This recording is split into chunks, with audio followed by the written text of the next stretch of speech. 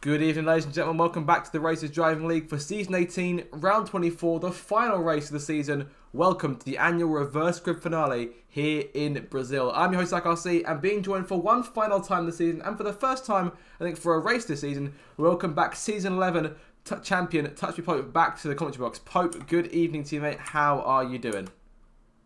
Good evening to you, and yes, I'm doing very well, thank you. We're back, we're ready to do this one final time for Season 18, and one final time on the F1 24 game as the season comes to an end. The new game releases tomorrow, which I'm sure you're all excited, and you will see videos appearing in the next few days on the Zach RC channel. Make sure that you subscribe.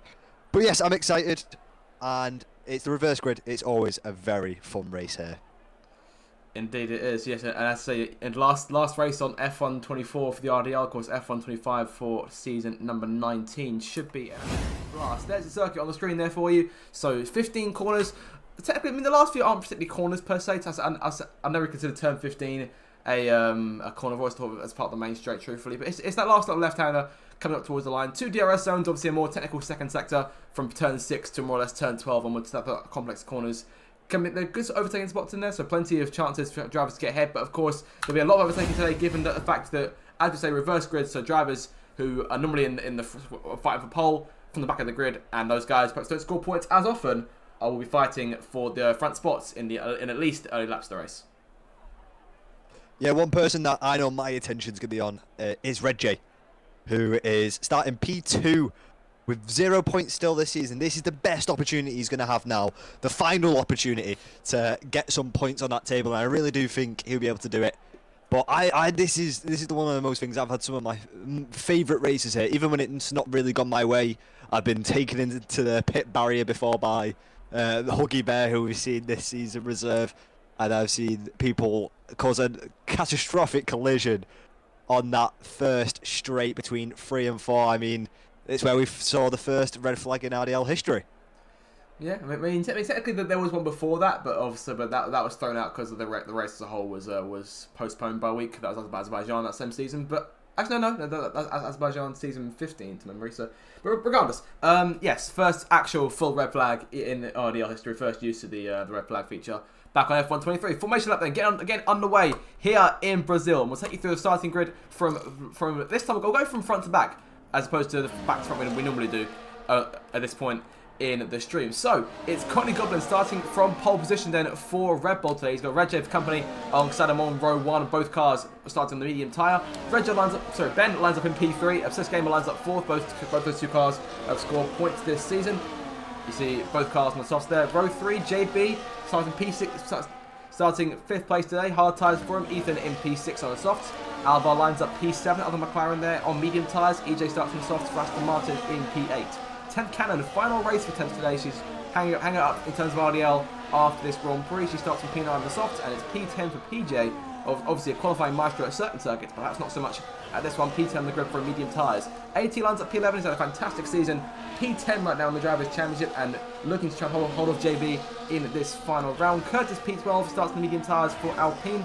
Matthew starts on P13, still hunting his first RDL podium finish from that 13th spot. The two Williams cars of Websy and Cott, 14th and 15th. Soft tyres, both of them. Soft tyres all the way down to the bottom 5 here. Imri lines up P16, still hunting his first win on this game, his last chance to do it. Landlord in P17, then it's Dan in P18.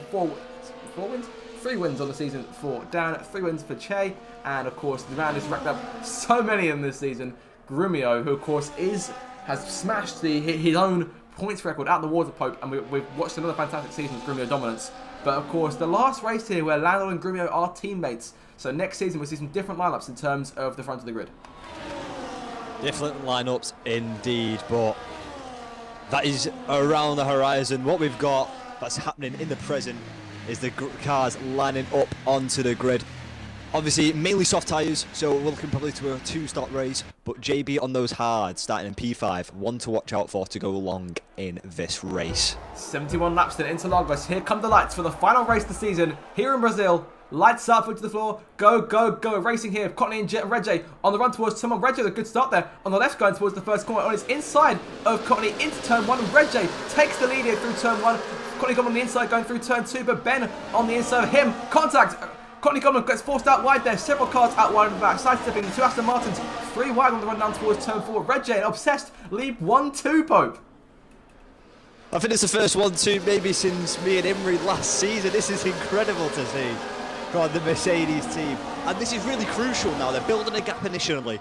Obsessed being that second gunner on those soft tyres could be crucial.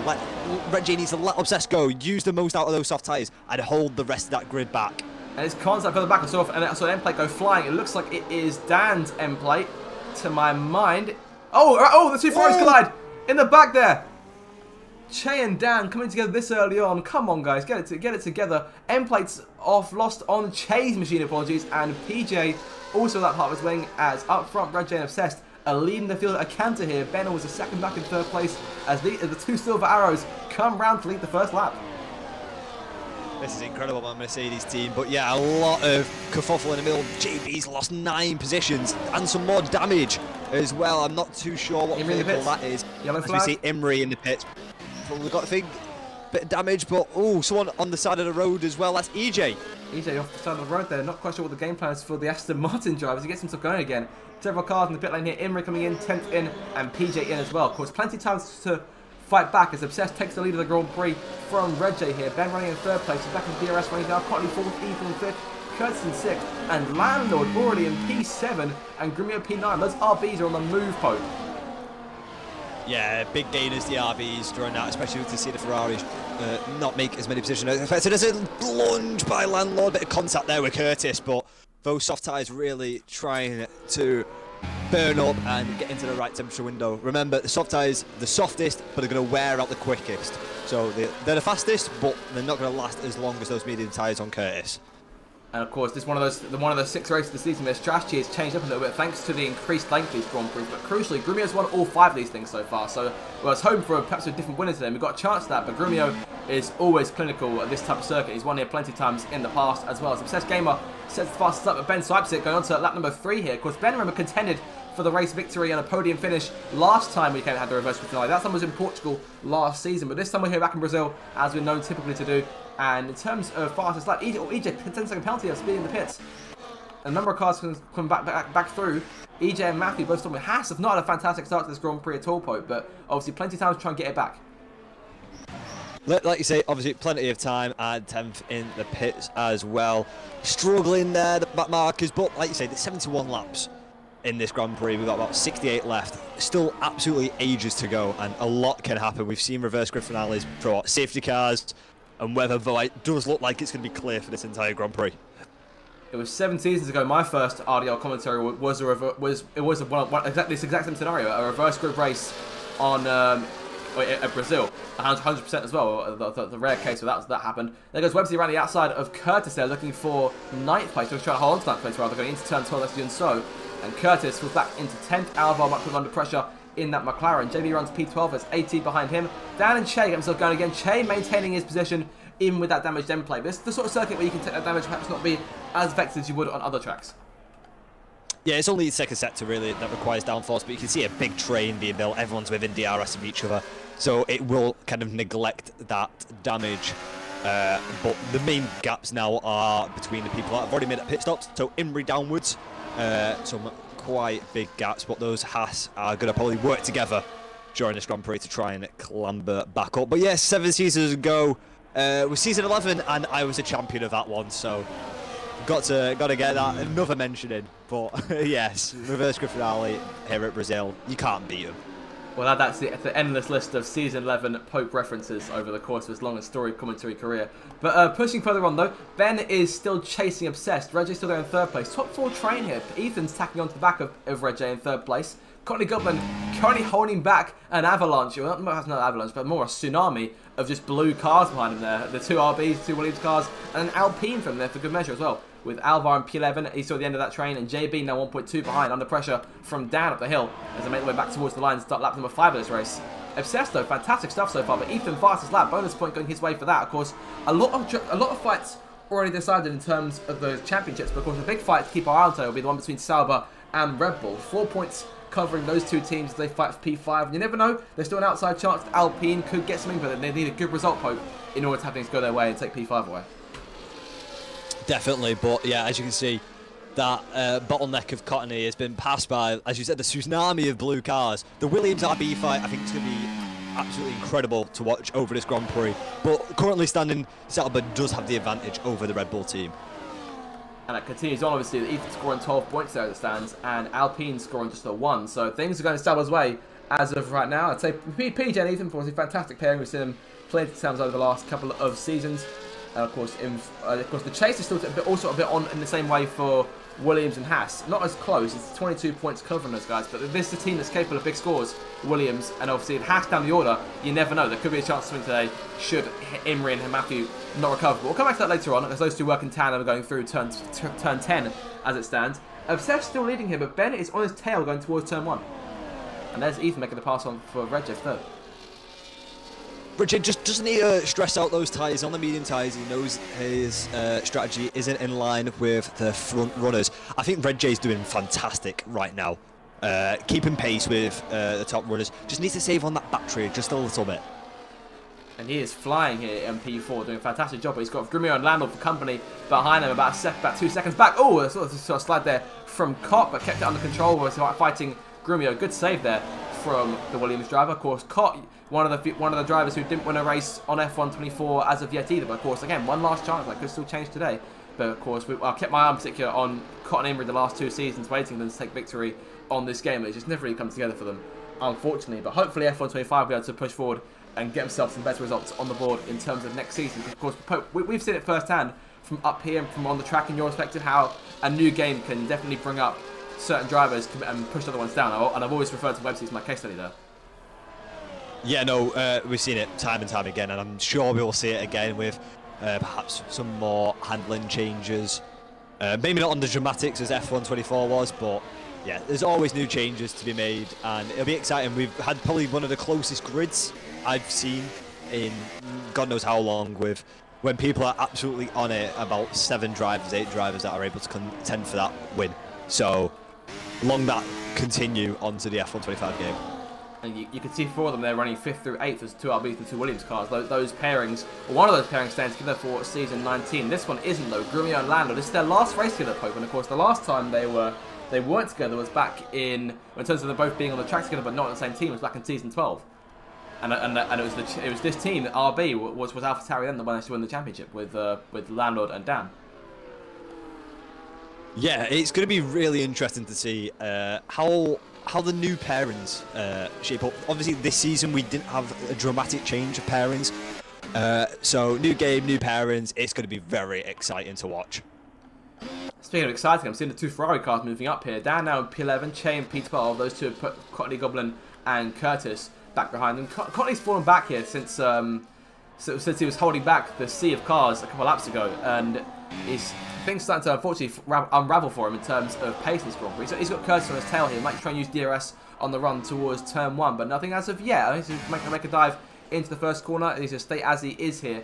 And for now, Cottony maintaining P13, but Curtis might try and get him on the run down towards turn 4 potentially.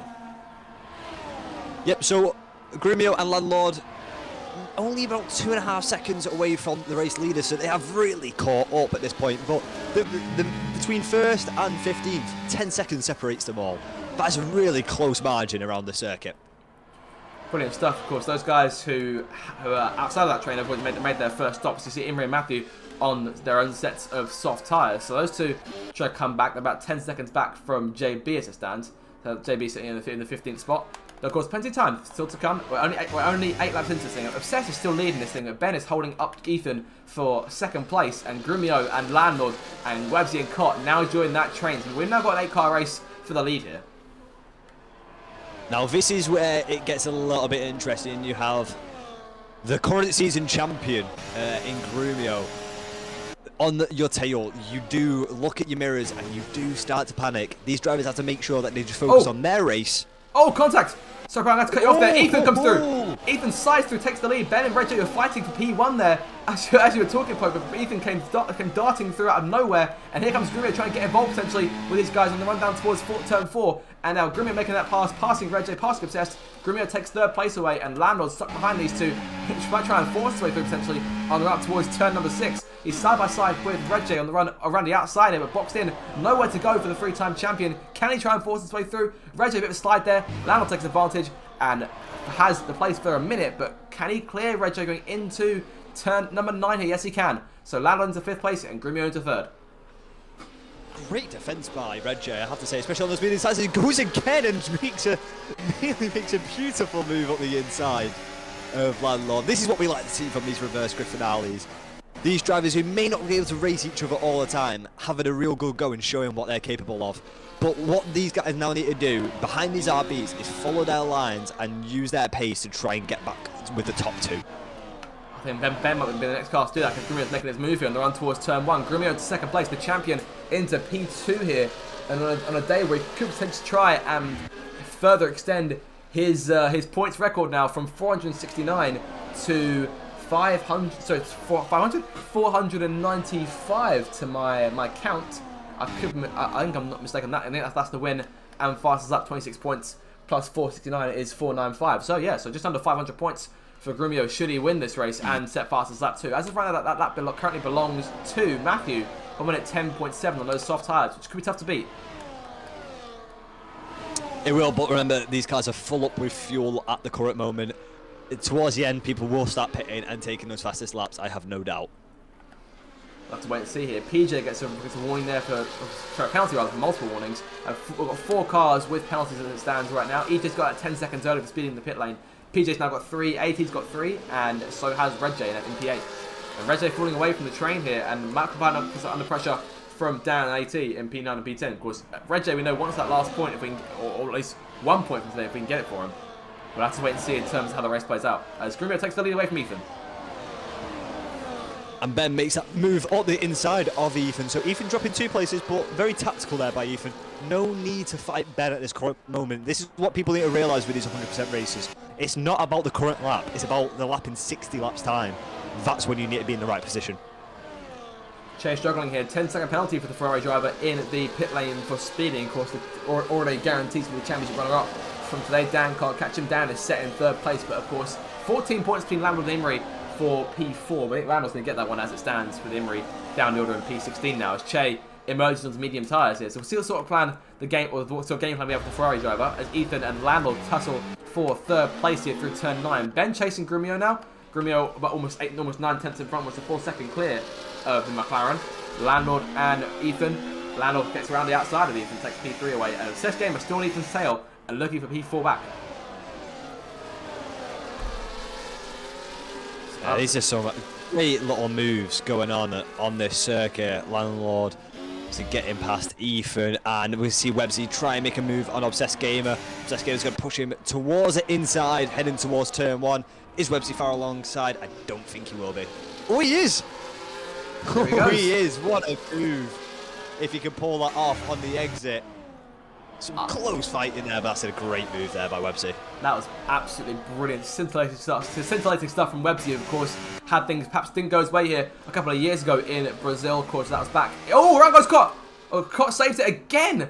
Damage done to that Williams. The right end plate is gone on that front wing, but another save at turn 4. Cott is keeping his car under control, but is saying that damage could potentially cost him in sector 2 here, as we may see as AT might try and pull alongside going into turn 8. But as I was saying, Websy, sorry, of course, a couple of seasons ago when he was in contention for the championship with an outside chance needing to win the race and have Fan failed to score. Websy, of course, spun out 6 laps in and I believe got hit by PJ, to my memory, and that was it for Websy's championship. But of course, 2nd place that season is Red Jay and Obsessed now fighting for 6th place there. Obsessed, not a fantastic run down the hill through turn 11. Back up the hill though, he seems to have regained his footing and will continue on in 6th place. Of course, wearing the Verstappen helmet, he certainly exhibited Verstappen's pace in the first 10 laps or so of this Grand Prix to hold the lead for as long as he did. As Red Jay now might try to challenge his teammate going towards turn 1. Down the inside goes Red Jay, clearing him, and there goes Dan joining the party down the inside into turn 1, and he's managed to get himself alongside as Websy did Pope. And there goes Dan into 7th place, and the Ferraris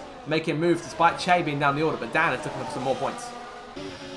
Yeah, great move there by Dan and by Red J. Maybe we're seeing a transition between the soft tyres to the medium tyres. Obviously, those drivers who are typically at the front probably know how to save their tyres a little bit better.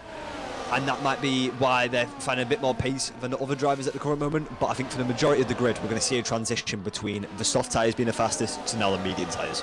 Obviously, only a few drivers on mediums here. Red J, Alvar, Curtis, Courtney Goblin, Che and 10. There's 6 cars then who are on those medium tyres. We've got 3 on the hards and everyone else here. So another 11 runners all on their soft tyres. Only 2 of them have actually changed onto fresh soft tyres since the drop of the lights. Those being the 2 Haas cars, and Matthew and Imri, of course, have their own respective problems earlier on the race. If you are just joining us, welcome along to the stream. Grumio is leading the way, followed by Landlord in second place and Ben in third. Of course, RB12 is not the story of the season as of right now.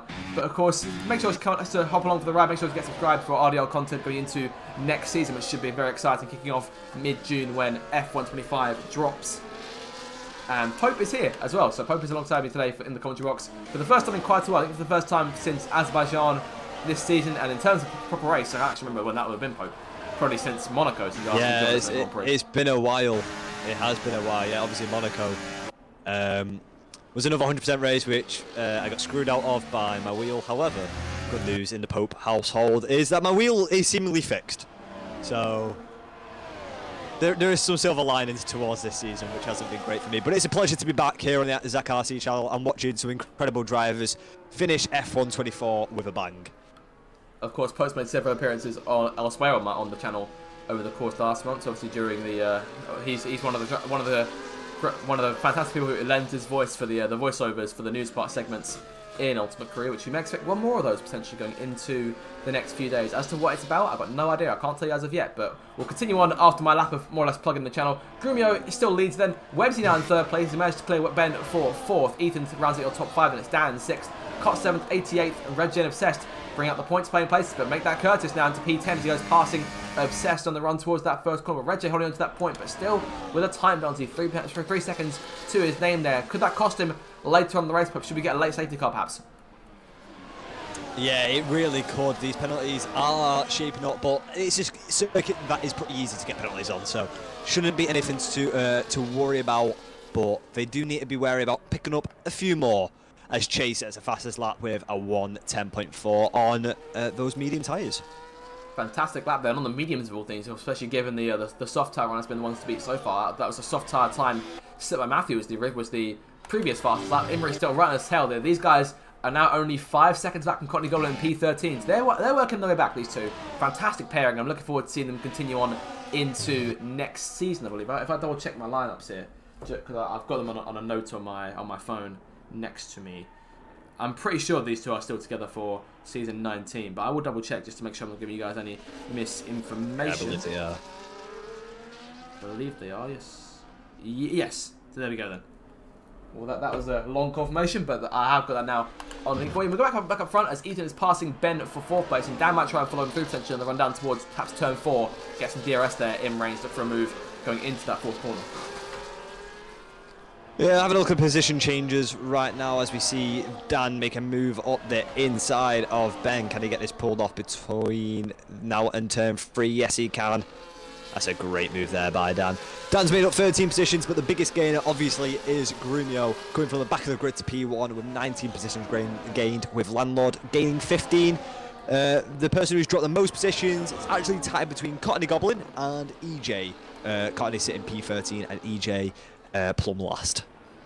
Obviously, plenty of time for those guys to recover, and I shouldn't possibly think we'll go the entire Grand Prix without a safety car or some kind of stoppage here as we continue on to lap 16 of this Grand Prix. Still got a long way to go in this thing, plenty of time for things to change.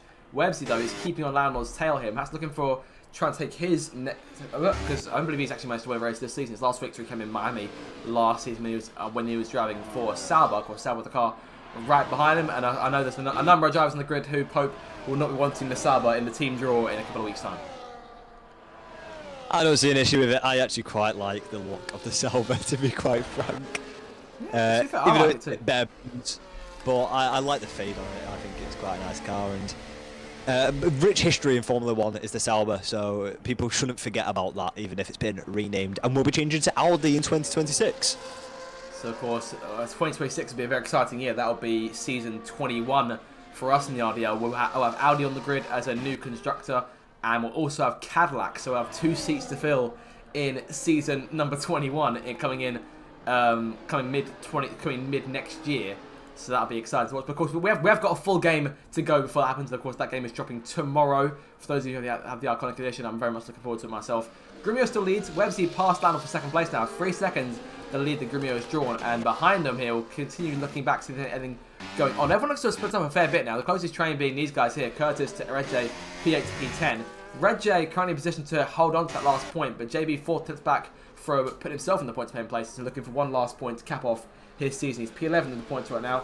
I think perhaps not as pleased with his performances as he was last season, despite the position, the standings being just one lower. But of course, in terms of points scored for JB this season compared to last season, I think he wants a bit more from this campaign. Yeah, and it kind of builds that drive. Even though this season might have not been fantastic for CAT Pit, the desire to do better going into next season is great. As JB gets a little bit loose going through turn 1, the centre S. Will that allow Cottony to try and make a move heading towards turn 3? We'll have to wait and see. DRS well open for Cottony, getting a good run on the run towards turn 4. JB covers the outside, keeps his car well positioned there. So JB holding on to the last spot in the points paying places for now.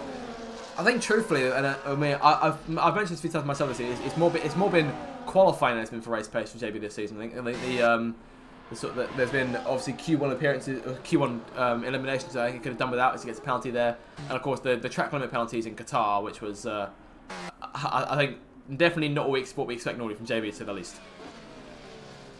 No, it is very tough, especially with, like we say, how close the grid has been.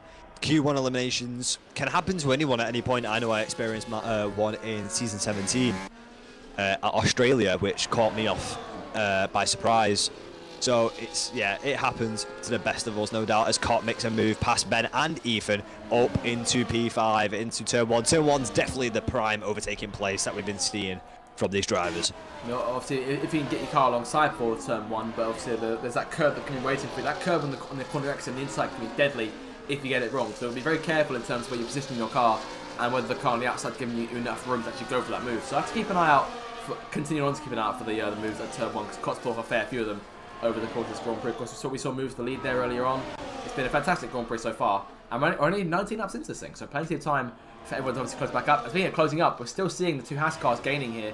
3.7 seconds now from Matthew to Cottony in P11. Those guys are almost back in the points, but those soft tyres have gone a fair bit in this Grand Prix. They've gone almost as long as the leaders, so I should imagine it'll be too long before we start seeing those first stops coming into play, Pope. Yeah, this is the issue when you pit for the same tyres that everyone else has. You do gain, especially on the mid-pack, probably from P6 downwards at the current moment, is what I'd call the mid-pack, but the tyres are just going to burn off. I'm excited to see what the strategy is, but looking at these 2 Haas cars, they are struggling on those tyres. We'll keep an eye on them as make their way up the hill once again to begin lap 20 of this Grand Prix. You see Lando taking back second place from Websy. Those 2 going back and forth for the last few laps. It's been fantastic to keep an eye on the board as Imri passing Matthew for P12 now. Che behind these guys, of course. Che pitted for a set of medium tyres, but of course he's been on pace as he goes into turn 1. Alpha behind him in P15, Obsessed P16 now have made a stop.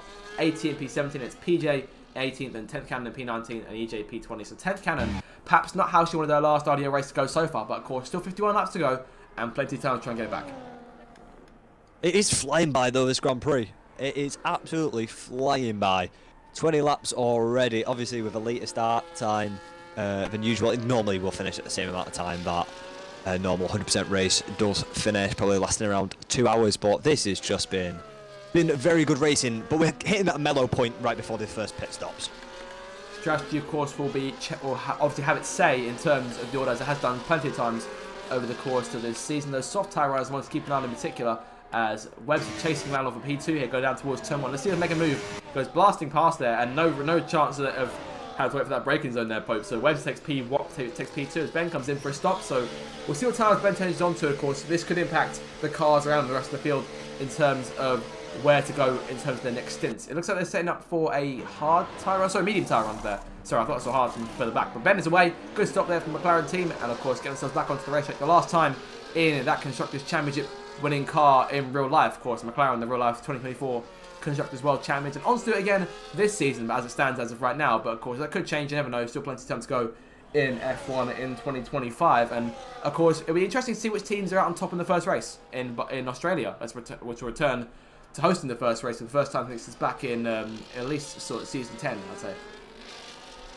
Yeah, I am very excited to see Australia as the opening race. I've got a podium earlier this season at that race circuit before my wheel decided to combust. And it's a good fun race, and I think it's not like Bahrain where I think you can see people's paces a bit more. It does bring that field a little bit closer together, I have to say. But obviously Ben pitting, we're going to see if the undercut plays off, as we can see people making their first pit stops from the front runners, Websy and Landlord, into the pits, as well as Cott.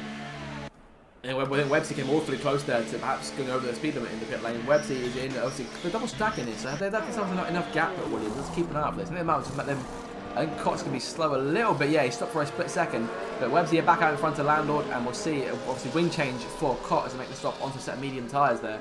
Websy onto mediums, Landlord also onto mediums as well, with Grimio staying out, Dan also staying out, those two studs on the soft tyre in this Grand Prix. So Cott is away, P17 for Cott, and it could potentially be P18 if PJ Callaghan beat him going out towards the exit of turn 3, but it looks to be all good for now. Grimio stays out then, Dan second, and Curtis now in third place on his medium tyres. JB fourth, and the two Haas cars are back in the top 10 for the first time in all day here. Yeah, Ben undercut by quite a bit. One lap fresher rubber though for Ethan, we'll have to see. But Red J jumping Cott in that pit lane. Red J obviously his final race as well, further foreseeable. And it's gone onto the hards. Probably the last stop we'll see from Red J unless there's any safety cars. Going for that one stop where I think everyone pitting onto the mediums will head on to that two stop. I saw Che make a fantastic move there on Matthew for 6th place. But of course, Che has made his first stop, as has Matthew. But of course, the two Haas cars pitted very early on, also on a set of soft tyres. So I can't imagine it will go too much longer before we see one of those cars coming in. I shouldn't think they'll double stack from this position. We'll see if either of them make a move into the pits. Yes, Imri's coming in now. Imri's second stop of the Grand Prix and going on to, I can imagine, could potentially be a set of hard tyres too. Would come a bit longer and can afford to. Is the one, if it was you, would you go for the one stop or would you try and go for something different? I would have started on the mediums, gone to about lap 35, gone onto hard to the rest of the race, trying to hit that one stop and defend. But obviously we know how powerful the DRS is around in this game and around the circuit in particular, so maybe that two stop would be a bit more of a viable option. So we'll see what the game plans is for obviously those guys who did start on medium tyres, because obviously a number of them yet to stop as it stands. Of course, both Curtis, JB and Cottony, I think the only ones who start on those tyres are yet to stop in this thing. Only the top 5 yet to make their stops. Of course, Dan and Grimio both on the soft tyres here. Does Grimio come in this time or does he stay out? Because we've seen how good Grimio is at keeping these tyres going for a long period of time. So it could be well before we see him come to the pit lane. You never know. But Dan is out front in second place. Of course, could take advantage of a safety car should one come his way. But everyone's kept it very clean so far. And at this point, it surprised me in a way if we didn't get a safety car, but also it wouldn't surprise me. And as I'm saying, that yellow flag. And that is Alvar round. Recovers it though. No call. Commentator's curse. I wouldn't go that far. I mean, the car's okay, and there's no damage done to it. Perhaps just obviously a bit of grip on the bit of lack of grip on the tyres. I think for a couple of corners or so. But Alvar's okay, and Matthew's in for his second stop of the race now. We'll see what, of course, Imri runs to the hard tyres. We'll see what Matthew does as well. Is he also going to the hard tyres? He is. Hard tyres for Matthew. He is away. Good stop from Haas once again, and he'll come out around where Imri is. More. Imri might actually jump him in the pit lane here, but those two are quite close together as it is, so they'll continue their charge up. As PJ gets another penalty, I think it's the second of the evening to my mind. Yes, it is. 6 seconds for PJ. 6 seconds for Red J too. 3 seconds for everyone else in Scotland except for EJ and Che. Che's got 10 seconds for speeding in the pits, so Che's got problems at this point in the Grand Prix, despite only being lap 24. Yeah, I think JB's holding up for the safety car now and will stay out as long as he can on those tyres to get that safety car if it does come. But I think I agree. I'm going to be surprised if there is a safety car. These drivers have been incredible. There's been obviously quite a few collisions this season. There's no shadowing about that. However, when it comes to safety cars, I feel like there has been quite a lack of, to be honest. I think I have to agree with you. Compared on past. Yeah, no, I'd say that there's been a lack of those. I've definitely noticed that over the course of the game as well. I'm hoping as well, EA, if anyone is listening at EA, that I'm hoping that the safety car graphic on the timing board gets removed when the safety car comes in, because I've been sat there all season seeing that thing staying on for a good few laps at least, for a good 5 or 6 laps after the safety car come in, and it's very confusing. And obviously, but nothing as confusing as that desync a few weeks ago in Vegas in the final restart. I'm assuming you saw that at some stage.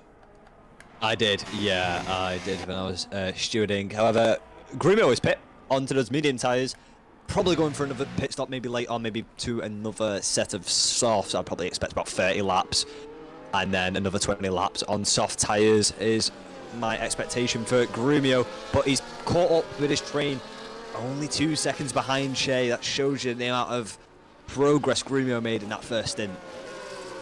Indeed it does. So he's there in P6 as it stands right now. On Taylor Courtney Goblin up the hill here. JB and Che right there in front of him, going up the hill once again to begin lap 26 this Grand Prix. Dan the lead, Curtis in second, and Che out to third, but Grumio making that pass for fifth, and Websy following him through. Websy now a lot closer to Grumio. He's gotten a lot closer in the pit stops here. Both cars on the same set of tyres. Websy, of course, has his tyres a few laps older as JB gets penalty there for multiple warnings. I believe that is his second tonight. Yes, it is. Hard tyres still for JB, as you said. Hope Pat's banking that safety car as Grumio makes that pass to fourth place, and they'll try to get to work on his championship, his former championship rival Che. Of course, these two are fantastic adversaries in the RDL. We've had two brilliant title fights with them, both times Grumio emerging on top. Of course, you were here in the box for the last time these two went toe to toe over a season. Yeah, it's incredible to watch these two race. Can push each other just to the limit as Websy gets a 3-second time penalty, but they push each other just to the limit.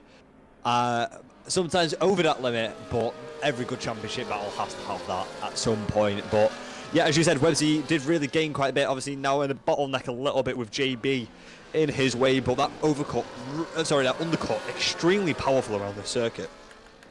Without doubt, but Grumio, I think, is even more powerful at this point of the Grand Prix, making this move around the outside, or trying to go to the inside Che, but can't quite do it. Has to go back out to the right, and look for that move going into turn one. He's on the outside looking in, but Che is not giving him a lot of room there. Che obviously leaving him as little as he has to, and Che holding on to the P3 for now, but Grumio might come back at him on the run towards turn 4 now. Everyone a lot closer together now. Caught fastest lap on 10.2 on the board as Grumio makes his move to the outside once again. Che defends the inside, perfect positioning there. From the Ferrari contact, around goes Grumio, spins off the circuit, and that is a rare mistake from the champion. I'm not sure who instigated that, but Grumio rejoins it down the order P11, and that means Websy takes a net P1. Well. Yeah, huge by Websy, keep him thinking, but that's what happens. This is what I was saying. Two great rivals can just sometimes come together, pushing that a little bit too hard. I'm not too sure exactly what happened, however. It still shows how much these people want it. Even when that championship's secured, Grumio is still pushing 110%. But like you say, Websy, net P1. Let's see what Websy can do about this. Let's see, indeed. Of course, he's right on the tail of Che himself now. He gets his turn as Dan comes into the pit lane for the first time in this Grand Prix. Now Curtis will lead the way here, going on to lap 28 of this thing. And Dan and Websy now fighting for second place. Websy's making that pass there, nice and easy. JB in P4, Lando P5, and Dan is obviously in the pit lane making his change to set medium tyres himself. Grumio back up to 8th here, and behind him we've got Courtney Goblin and Ben fighting for P9. This time it's Ben who wins out, and Courtney Goblin going wide there through turn 3. Ethan takes full advantage, slides through for the last points playing place here. I'll be interested to see what Che's role in this Grand Prix is at the current moment. Obviously, doesn't seem to really be pressuring Websy. Is it to hold up Landlord Grumio to let Dan catch back up with them? I'll be very, very intrigued to see what Che will be doing. Obviously, playing kind of the second Ferrari role in this Grand Prix. Definitely, of course. Che didn't have a fantastic start to the Grand Prix. It's coming a bit early on in the race. And we'll see here in terms of how Grumio gets through this train. He's in P8 now. And, I mean, personally, a fun fact I didn't want to read to you, Pope. The Fairchild A10 Thunderbolt 2 is a single 30-minute rated Gatling cannon. Oh! Contact! Obsessed Gamer. Ooh. And that could have been costly. He spun there in front of a number of good cars. It was actually Grumio having contact with Obsessed. I think going in a little bit too hot, causing Obsessed to spin, and that's lost Ben's end plate. Ben struggling in the corners, as you can see. On those medium tyres, he's done 8 laps on those things already. As Obsessed Gamer and Courtney Goblin now fight for the last points paying place. Obsessed on those soft tyres on the run towards turn 4. Better grip there on the Silver Arrow. May try and make a move to the end to the Ben potentially for 9th place. Won't go for it. Stays where he is for now. So Grumio making the pass on JB for P6. So if I'll carry on. If Grumio goes for his move to the inside now, and he's getting to this train at a rate of knots here, despite that contact with Obsessed pretty helping his case at this point in the Grand Prix. So, I mean, Pope, the Yeah, third... I wasn't sure. Oh, go on. Go on. Sorry, I was going to say I'm not surprised that AT didn't really put too much of a fight up against Grumio.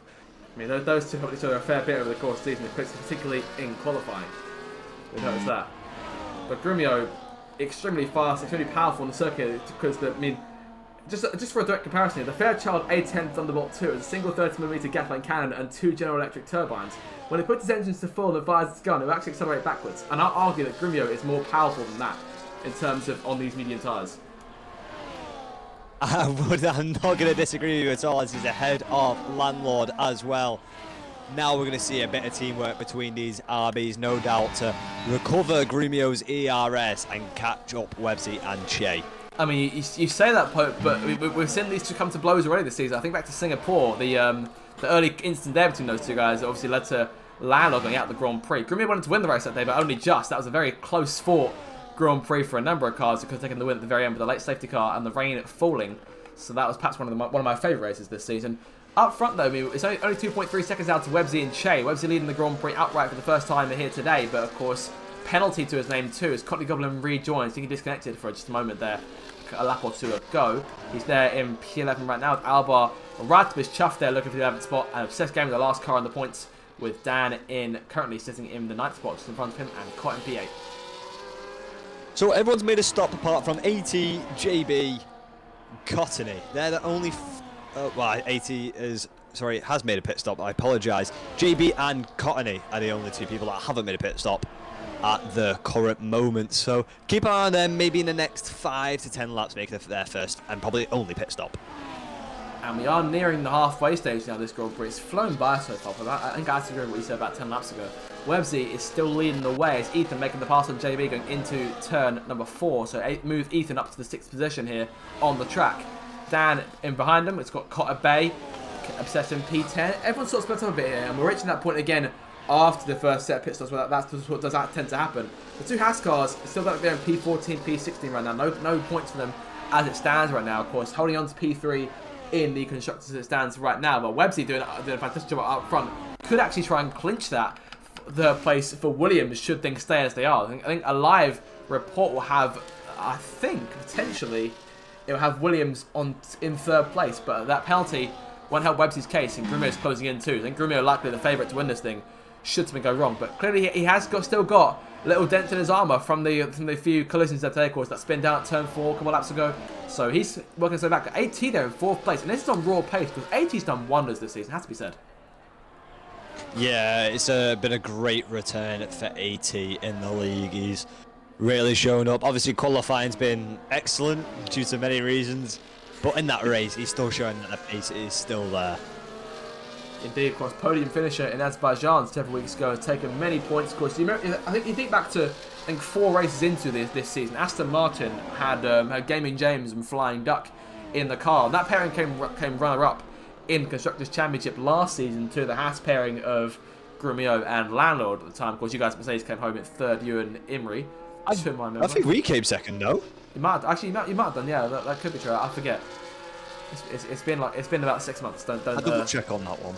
Okay, yeah. If you double check while I'm sat here, because I could be wrong. But regardless, those two were contenders, and of course James finished 3rd place in the Drivers' Championship to Grumio and to Landlord at the very end of that thing. But of course, Aston Martin was stuck in a rut after 4 races. Both those guys, James departed the league, and Flying Duck stepped down to a reserve role, and they were left in terms of drivers. Of course, EJ came in as a reserve mid-season, but of course got himself a full-time seat. We had Udio in that seat earlier on in the campaign. I forget to my memory. I have to double check on the retired drivers from this season. But of course, AT and EJ came in as a combo, and those two are still up the table. P8 for them here. Fantastic job. 91 points, 87 of them scored by the current pairing, and AT scored 73 of them. So EJ's had a slightly tougher season, but of course he is new to the league and has had a bit of time to adjust, and hopefully we'll see him scoring big next season. Yeah, we can only hope so. But yeah, AT's done fantastic. He's been really thereabouts, kind of the bridge between the top 6 and the rest of the grid. And obviously, as you say, he's probably pushing towards that top 6 pace. I'll see that carries on into next season, of course. Number of things looking forward to in terms of next season. Of course, a number of tracks we'll be seeing getting LiDAR scanned in F1 25, so with that could play into some changes to how the track is run and who's got pace going to it. Because I've heard things, but I've driven one or two of these circuits myself just during base testing, and honestly, they almost feel like completely different circuits. Suzuka feels like a different rag completely. Bahrain, it's got its nuances that feel a lot different compared to, obviously, the track model's been unchanged for a long time. But I think honestly, Australia is the biggest mystery, and that's our first round because no one's actually driven that circuit as of yet in terms of anyone in this league because it hasn't been available for base testing. Yeah, exactly. Obviously, the LiDAR track scans for the start of the season, so we do really get a great fresh start on next year's game. So I say next year's game, it's tomorrow's game, it feels like. But yeah, it's exciting to watch. And just to go back onto it, yes, Mercedes did finish second in the Constructors' Championship last season. Do you know what? The minute you said it, I thought, you know what, he is most definitely right. But I'm going to stick to my guns and say, you know, it might have still been RB in second place last season. RB had a fantastic year on F1 24. They've had two fantastic driver combos in, obviously, James and Duck. And then this season, they've blocked that with Grumio and Landlord in the team draw. So RB, I think perhaps one of the winningest constructors in the RDL in terms of obviously as a combo that they're being AlphaTauri at first, they were Toro Rosso, I imagine at some stage early on in the league in the early days. But yeah, I mean, Dan there setting fastest lap is on those medium tyres, the 1 minute 9.8, first one, I think that's the first 1 minute 9 of the night here if I double check on my board. Yes, it is. You are correct. Wow, that is pace from Dan. Keep an eye on him, and he's still got a chance in this thing as Che still sits in second place as of right now, but of course yet to make his second stop of the Grand Prix. Of course, I'm saying a number of cars haven't made their second stops as of yet, but Ferrari put themselves in good stead here. Nothing to gain for this race other than just sheer pride and perhaps trying to nick one more win off of RB. But those two have been fantastic as a combo, Che and Dan. Of course, won the first race, perhaps were the early pace setters in the Constructors' Championship, scored a lot of points early on. Things sort of petered out in terms of their challenge, and RB came roaring back with Grumio and Landlord. But those two, I'm looking forward to them putting a real fight up compared to the obviously new lineups for Grumio and Landlord next season. And I'd argue that these two, regardless of what car they're in, will be favourites to take the Constructors' Championship as they're staying on as an extremely strong pairing into next year. Yeah, it's the experience that will really come to fruition. Experienced teammates, people that understand each other. That's one thing that I found out with my Constructors' Championship win in Season 11, as well as my drivers, with Tinky Winky, who is a personal friend of mine, and we really worked well together. And maybe Tinky Winky wasn't fighting for wins, but being there consistently, working together as a team, really paid off. I'm assuming that there was some sort of meetup and celebrations once the Constructors' Championship was secured, yeah? Oh yeah, a lot of beers were drank. Fantastic. Landlord pits then. Landlord for his second stop of the Grand Prix here. Going to another set of medium tyres. So I'm looking to try and go those second half of this Grand Prix. We are pretty much halfway now as Websy is coming through, going up through midway through lap 36 this race. Of course, you'll cross the line at the exact halfway mark of this thing. Imri in the points paying places now. So Imri's 10th place coming back. He's currently 20 seconds off the race lead, and he's 2.3 seconds off of Alvar in P9. And Reggie P11 and Matthew in P12. So Reggie just has some of the points paying places right now. And everyone's still running. All 36 cars still going. The only real problem so far in terms of any drivers having issues have been Collie Goblin's disconnection. That's more or less it. And the stream's gone okay. I think it's been a few months where we've stuttered for a second, but there's been no real concerns, no real connection issues for us tonight, which is good because I think we had one too many of those this season, unfortunately, which is a shame. But obviously, we've been here for every single race in F1 24. At least there's been a stream attempt at least every week, which I'm quite proud of myself. Yeah, obviously we can only thank you.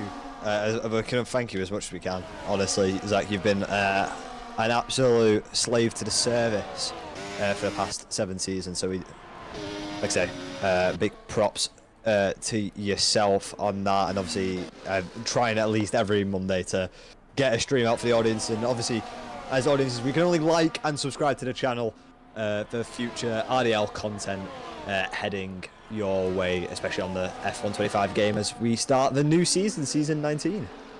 And we start the second half of this race too. Websy's still in the lead there, but we've got Grumio back on his tail again. So Grumio's come roaring back since that instant earlier on. So look forward to seeing what he can do. But this is all we've come to expect now in terms of the running places here.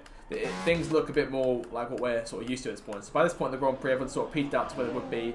Typically, I think minus the Haas cars, who can sort of be a bit erratic in terms of positioning on the racetrack sometimes, depending on what goes on in their Grand Prix. JB still on those hard tyres. He's the only car yet to stop in this thing. If I double check that, yes he is. So JB still on that exact same set of hard tyres from the drop of the lights here. So he's still doing a fantastic job, and in the points paying places too. So it can't be faulted for performances so far. But imagine he should drop back, and if he gets a safety car, then that will do wonders for him as he be on fresh tyres in a good position.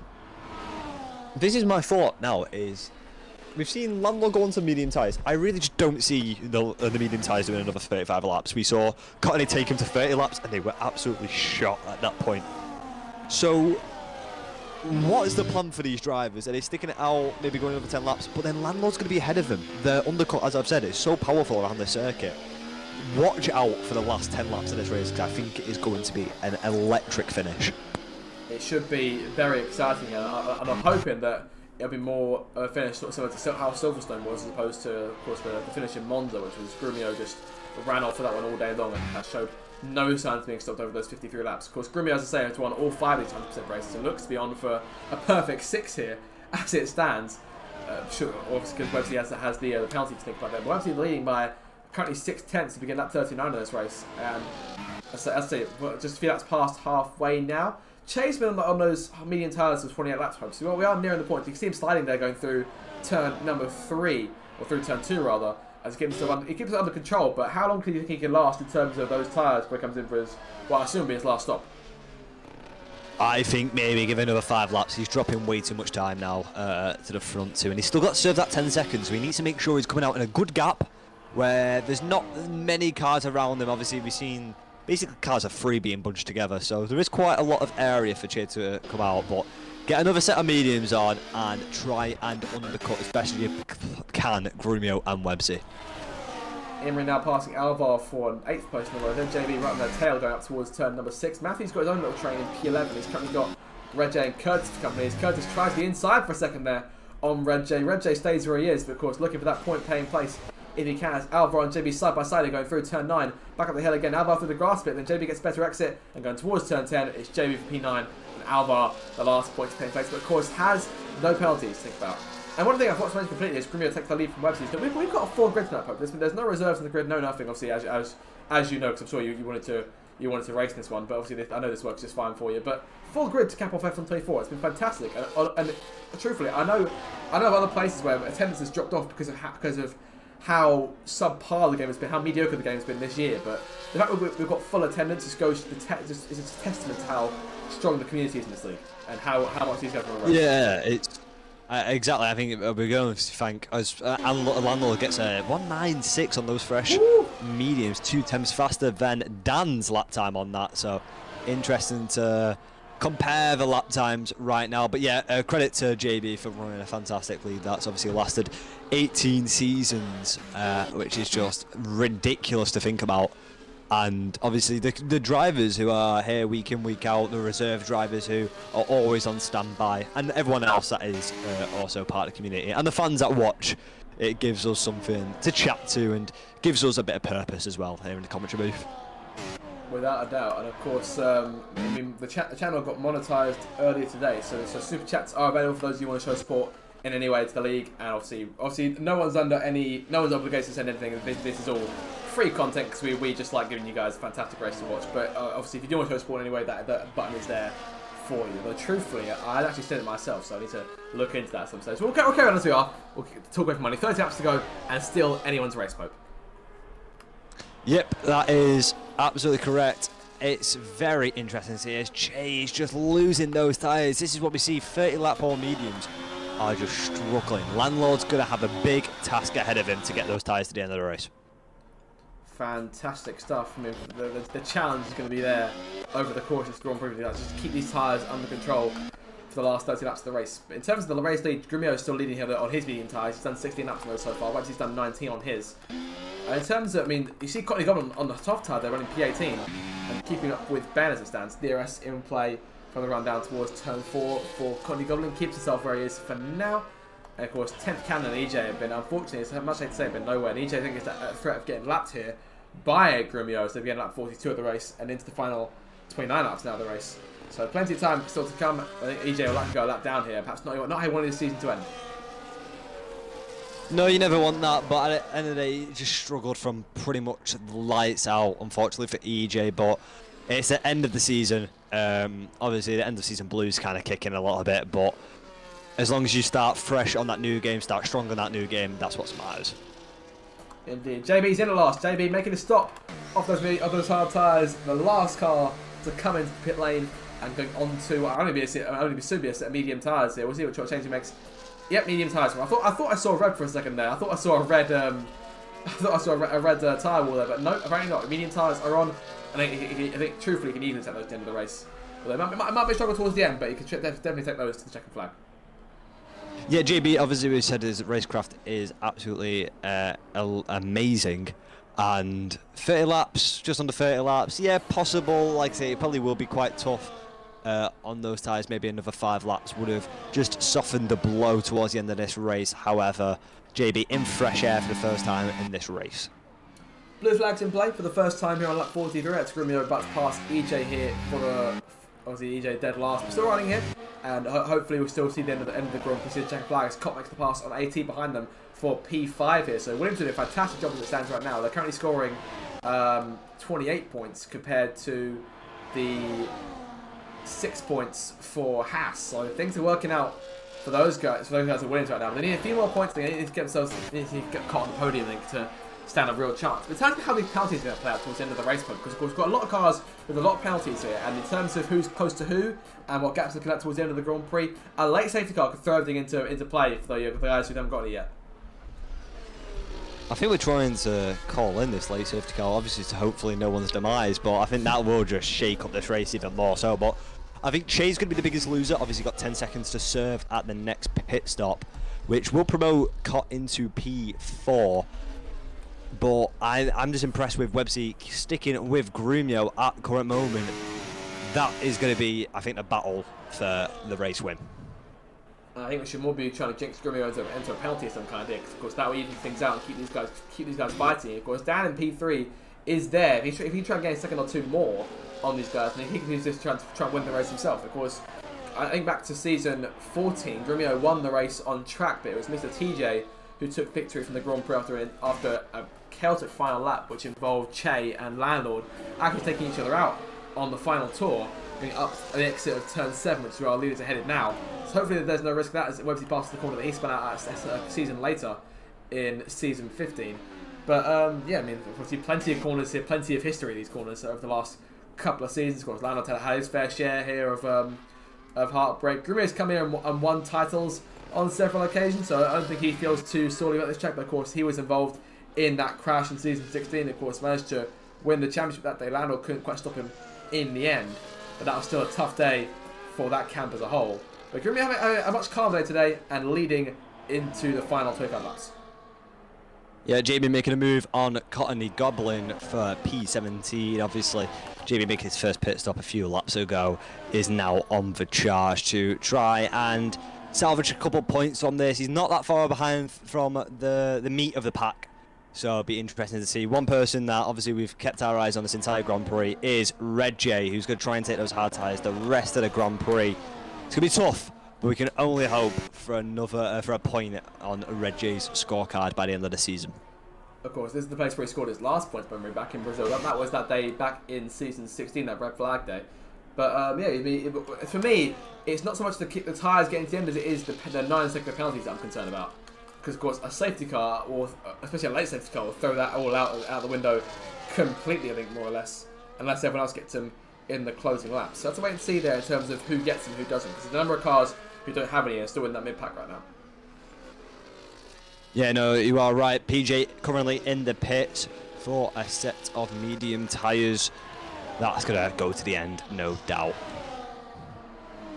So with 26 laps to go in here when Grumio crosses the line, Websy's still on pace and they're half a second back. He's got DRS but can't really do anything as of right now. He's sort of stuck there in P2. Dan is keeping Che at bay. Those guys separated by so much. Che comes in. So Che coming in for assume his last stop here. Medium tyres, likely going into that car. Get him to the end of the Grand Prix from there, Pope, nice and easy. Yeah, very close on the speedo there going into the pits. That was a very, very good entry there by Che. But obviously serving those 10 seconds is just going to tumble him down the order. Be interesting to see how he responds once he's out the pits. So waiting for that change. So there it is. The front man getting to work here. And medium tyres are on, and it's a sprint right to check a flag then for the last 25 laps for Che. And we'll see where about to emerge as he comes out here in P13, could be P14 potentially, depending on where Obsessed comes out. I think Che's got it safe for 13th. So we'll see where he comes back to. And Landon in P8 here, so he goes side by side with Matthew on the run towards turn 4. We haven't seen much of the Haas cars recently, but Imri up to 7th place now. Websy there in P2, and Cott thanks to Dan thanks to Chase, in P4. So those guys currently scoring 30 points, and Haas currently scoring. They're currently scoring 7 points. Apologies. So it's a gain here. It might actually be enough potentially. I think this could actually handle things to Williams potentially, as things stay how they are. But of course, these guys sort of yet to make second stops and penalties to play into it as well. But crucially, both Imri and Matthew have no penalties. That could play into their hands at the end of the Grand Prix if everyone's close together. This is one thing the Haas team has been good at, is trying to keep the car just on that tarmac at all times and making sure they don't get enough track limits penalties, the easiest penalties to avoid, as well as being in the pit lane. And that's what they've done well here at this race so far, but we've still got another 20 laps. This is just flying by. Absolutely flying by. It's fantastic entertainment to watch. I hope you guys are enjoying it too. There's been plenty of viewers today, so we're doing a fantastic. Clearly, we've been doing a good job today, but I'd say according to the numbers, as JB gets around Ben Nev P15. JB on a charge here, up from P18 and into P15 now. His next target is 5 seconds up the road. That's Obsessed Gamer in P14. Che P13, then Red J, obviously P12. Alvaro second back from Matthew in P10. Alvaro 11th, and of course Lando in P8. Imri at the road in P7. Ethan is chasing AT still. Those guys both chasing Cott as in comes Websy. Sorry, in comes Grimmy, apologies for the last one, for what will be his last one for the Grand Prix end of the season. Yep, this is crucial now. This is the absolute turning point of this Grand Prix. Rubio trying to get that undercut on Websy. And yes, soft tyres. It's possible. It really is, but they are going to be screaming at the end of this Grand Prix. It's going to be up to Grimio now to try and put on pace here early on this to try and get himself out in front of a good advantage of Websy and just try and bolt over the course of the Grand Prix. But fortunately, this is Salvo Grimio, 9-time RDL champion we're talking about. The driver has won half of the championships we've contested in this league. So if there's anyone who knows about winning these races, it's him. So we'll keep an eye out and see whereabouts Websy emerges when he comes in for his stop. Websy's been on those tyres, he's been on these tyres longer than Grimio has. So I'll argue Grimio's strategy as well best today. But could those soft tyres be his undoing perhaps towards the end of the race if Websy has pace? Because remember, Websy is keeping with Grimio on medium tyres, a couple laps older. Can he keep with Grimio on softs? Does Websy go for the softs himself? That is an absolutely incredible move there by Che. AT coming out the pit lane on those soft tyres, but Che just sends him a new one, an absolute undercuts, and that is brilliant. But Red J's not far away behind these people, obviously on older tyres. For Red J now, it's kind of the move of, do I pit and try and get on fresher tyres and try and push, or not? That'd be interesting to see as Daniel Aaron obviously takes the lead of the Grand Prix as Websy pits for the soft tyres. So softs for both cars then. Where does Grimio emerge? There is Grimio. Grimio's done a fantastic lap there. Look at the gap he's pulled on Websy, who's just going to exit now. Grimio's going through turn 3. I think Grimio's nailed this, to be fair, Pope. Yeah, we're looking at probably a gap of 4 seconds plus, perhaps. That's a ridiculous outlap there. Yeah, 4 seconds. Wow. That's remarkable, that. From a gap of 8 tenths to 4 seconds. Oof, that's adamant by Grubio there. Statement, but truthfully, is anyone surprised as he goes down the inside of EJ, putting EJ putting him a lap down again? Of course, EJ's still a lap down, but Dan in the lead now, and Grumio currently sits about 12 seconds behind, sorry, 10 seconds behind Dan as it stands. So these guys are in front to get to pit for a second time, I should think. I doubt them, as you said earlier, I doubt them need to go to the end from here. So I think we'll sit to the top 3 all coming in one more time, and Dan stays out this time round. Cott is there in second place, Ethan third, Grumio fourth, and Websy in fifth. Websy's got work to do then in this last stint of the next 22 laps. Yeah, Cottonade just coming out of the pit lane now, about to get lapped by Dan, I believe. So interesting to see. Obviously, Cottonade will probably unlap himself when Dan pits, so nothing to really worry about on that Red Bull end. Grumio fastest lap there, 1 minute 9.2, and that was a few tenths faster. That was 3 tenths faster than AT's previous fastest lap. I'm not sure who had it at this point, but Grumio everything. The fastest car on track now, and 9.4 seconds behind Dan now. And Websy currently sitting 4.5 behind the champion in third place. Imri now fourth, but maybe they should stop again. Lando is there in fifth place. I think could protect those tyres at the end, as we said. But Imri, he's on those hard tyres for 27 laps. JB took him for 40. I think JB is probably one of the best in terms of keeping tyres steady on this grid. But how long do you reckon? Do you reckon Imri can take this to the end, or will you try and pit one more time? I think Imri should pit one more time. I think he's going to lose. He's going to lose so much time towards that end of that race. You're going to see Che, AT, Car all repass him again if he stays out. I can see he's just struggling a little bit on biting that front in. So interesting. There's another 109.2 there by Grumio. He is flying here, and it's still 4.6 in front. So Websy keeping relative pace here, but also obviously losing a couple of attempts each lap here. Lando passes Imri for what is now fourth place. Of course, a net P3 here. Imri and Matthew come roaring back in this race. Done a fantastic job, and on course to still score some solid points in this thing towards the end of the race. As Curtis has Matthew right on his tail here out of turn 3. Of course, Alpine fighting for any last points they can get. The fight between Red Bull and Sauber is still on as it stands, but crucially, all four of those cars out of the points right now. And so, of course, things may shuffle out differently once the pit stops cycle through, but the Saubers are currently still leading the lead of that race by 4 points. So they're good where they are for now, but Red Bull needs to get their skates on. But I think likely it's going to be a tough to ask for tech from Cottney from here to try and get back to the points. Yeah, I think Red Bull, even post-cycle, are really quite out of it. But Ethan is definitely more than not, was riding in them points-paying positions before the pit stops were made. So interesting to see where Ethan can finish and secure some points on an excellent end of the season, I have to say, for Ethan.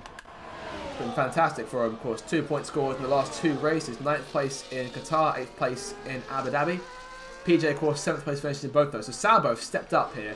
And of course, in terms of the last three races for Red Bull, there's been just 2 point scores. For Sauber, there's been 4.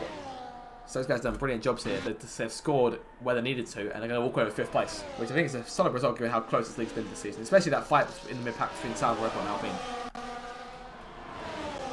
Yeah, it's been so close. It's been ridiculous. We've just seen Alvar lose 3 positions in the space of 2 corners.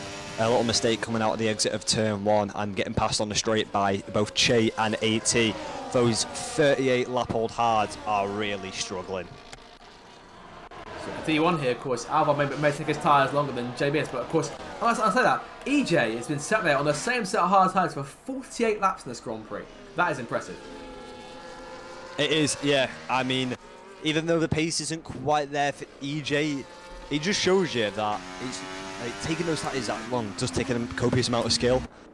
And that is maybe just a bit of data gathering towards the next season. We'll have to wait and see. And Grumio with his own bit of specific skill.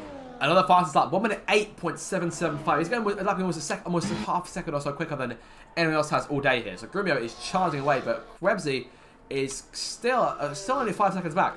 So Grumio actually not getting as much as you might think, despite the fact he's setting fastest lap after fastest lap. That bonus point going his way most likely, of course. His last 3 results, first, second, first. What more is there to say in terms of Grumio's sheer ability here? Of course, managed to win the championship a couple of rounds ago. And it's been long gone this season. Of course, managed to take the title in Mexico. That was almost a month ago, Pope. So it's been quite impressive stuff from Grumio this season. Yeah, it really has. But Grumio has been pushing his tyres quite a lot. Obviously, that first lap, that out lap was incredible how quick that was. So just bear that in mind, that those tyres might off a little bit quicker than we expect. That might bring Websy back into it. Have to wait and see. And Websy's closing the gap a little bit here. It's down to 4.8 seconds now, so it could be on the move as Dan starts lap 54 of this race. Nearing the last 15 laps or so of this Grand Prix. It's going to get quite tight towards the end. The train starts to build back up here. Matthew is leading the train from P6 on back. Che behind him. Of course, Che fighting back on those medium tyres. AT on his soft tyres. Those guys making moves here. Of course, EJ in front of both these guys. So AT, we're hoping his teammate doesn't hold on too much. And Pez could see a move here. Che making the pass, going into turn 1. Matthew trying the inside if he can, and EJ got off the circuit. That could have been. That could have been a bit on the I don't know how to describe that truth. My words have gone completely as Alvar comes in for a the risky side. There you go. There's the word. Thank you. And that's why you're here. That's why I need someone here alongside me before I forget my words after talking at a million miles an hour for 54 laps. This is longer than we used to in terms of commentary box. But I'll say this, mate, you've done a fantastic job. I know that that 100% race is not particularly your thing in terms of coming here and speaking. You've done fantastic, mate. You're doing good. I appreciate that. Obviously, lending my services probably for the final time for the foreseeable future. Which is sad, but of course, we had some good times together over the years, me and you. We've done alright, haven't we? Yeah, I've been able to put up with you this long, so.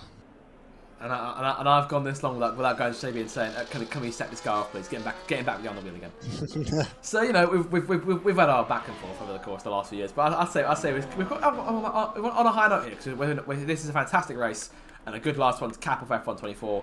Still plenty of time to come. If you have just joined us, thank you for coming along. Thank you for choosing RDL to spend your Monday evening with us. We come through our last Monday evening on this game, of course, F125 Iconic Edition, dropping tomorrow at 3 p.m. Universal Time Capita, or whatever the UTC stands for. And obviously, it's just those in the UK, from the audience here, 4 p.m. UK time. So look forward to that one, and looking forward to, in terms of my case, getting a video or two out over the course next few days, and of course try and carry on with the daily uploads because it's been fantastic. And of course, Ultimate Career. I mean, I'm not going to say much in terms of that from there. The plan, so that will be established in tomorrow's season finale. Of course, those of you who will be finishing tonight's stream with nothing else to watch, the new episode did drop at 7 o'clock, just to around the time we've got going. So make sure to go check that one out once you're done here. And as of now, we've still got 15 laps to go, and it's Dan in control, Grumio second, and Websy still in third place, and hunting down to Grumio, but the number 19 closing on Dan. That's an ominous sight with the three-time race winner in RDL and in season 18 as the champion chases him down for P1. Yeah, 15 laps to go, and obviously I'm sure some post-race interviews that people will love to join us in, especially due to it being end of the season. And a farewell to a couple of drivers here, Red J and Tenth. They are both not going to be competing with us next season, which is a shame. They've been absolutely incredible to have as part of this amazing grid. Exactly. Excellent drivers, lovely people as a whole. Obviously sad to see the pair of them going in terms of off the grid. I'm not sure in terms of what plans are for elsewhere for them, whether they're carrying on league racing or whether or not they're hanging up the helmet and calling it. But I should imagine we'll see either one of them stopping league racing as a whole. I imagine we'll see them around in some capacity at some point, at least with me on the channel. We'll have to wait and see there in terms of how that goes, but of course still plenty of time to come here. This race is flying by as Grumio makes the pass down for the lead going to turn 1, and that could be the race in terms of Grumio being challenged, unless we get a late safety car on this thing, Pope. Yeah, I think so. We're seeing a bit of a Haas bottleneck here. Imri on 33 lap old hard tyres, holding up the likes of Cotton AT as Cot does steam pass. I think for Imri now it's kind of to screw with the strategy and just get on some soft tyres and pump in some incredible lap times, which he's capable of. Without doubt, I mean, there's nothing more he's fighting for Imri this season. Of course, shame he's gone F124 without taking victory, as has Cot. But those two have obviously been strong drivers the whole way through. They've been in contention for the entire 2 seasons. I'm sure we'll see them fighting back in season 19 next season on F125, which I'm very excited for. In case that hasn't been made clear over the last sort of hour and a half or so. But yeah, it's going to be a good game. I've heard a lot of things about it. It looks a lot sharper, Pope. Obviously, I know in terms of league racing, looks isn't the most important thing. It's more how the game drives, how it performs online.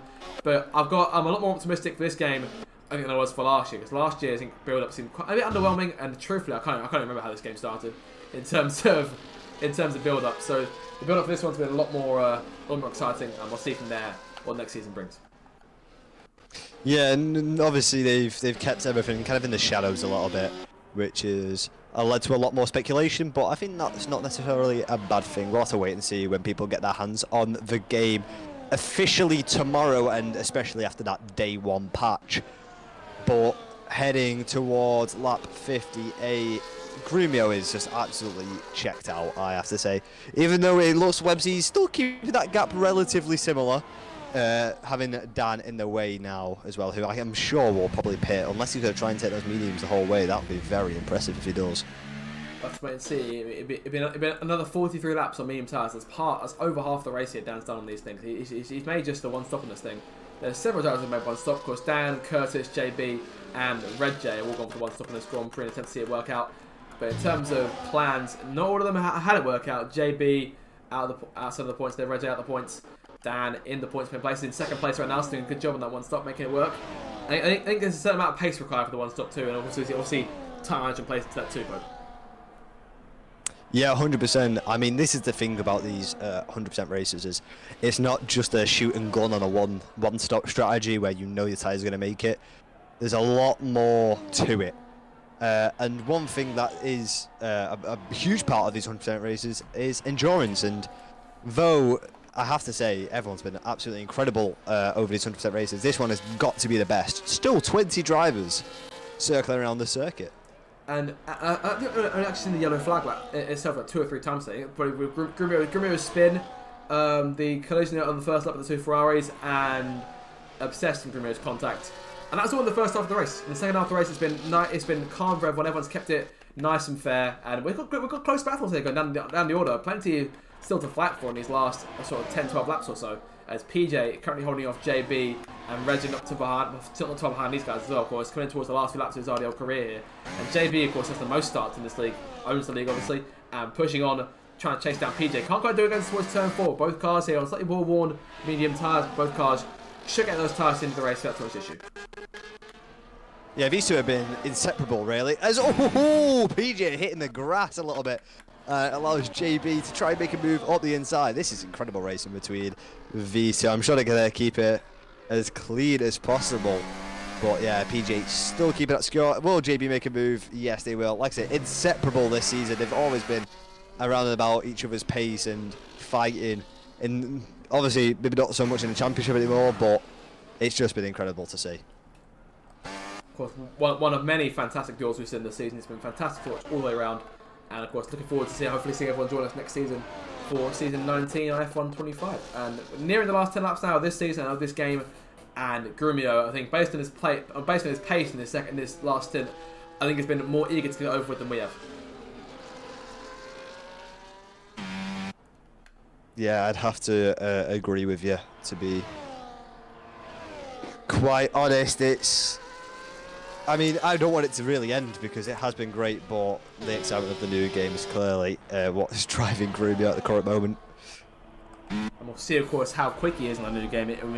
Because you don't know, the pace could drop off. Remember, season 15, of course, there were races where he wasn't about as much, but there was also races where he just wasn't there compared to his usual formidable self. But of course, he's been in imperious form this season. And obviously lining up alongside JB for next season. So that'd be quite a cool lineup to see as Landlord lines up alongside AT, which you'd think that Grumio and AT would go together, given how much they've assisted each other in qualifying this season.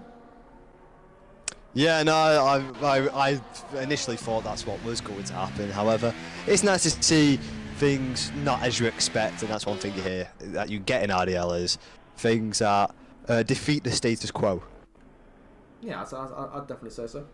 But of course, one thing we are used to is Grumio winning. Of course, he's on for career win 116 if he can keep this one going. His 16th victory of the season. Of course, hit 100 with his final victory last season.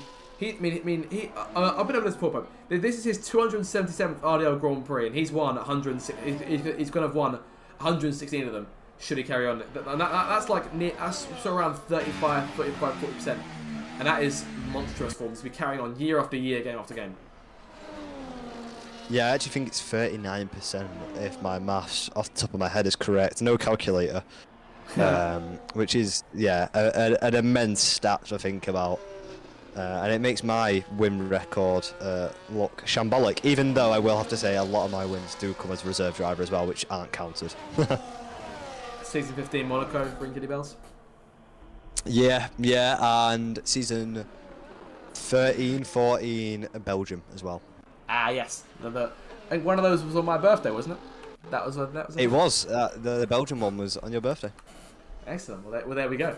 So there's your RDL history fact for the day, thanks to courtesy of myself and Pope. And we'll carry on with the racing here.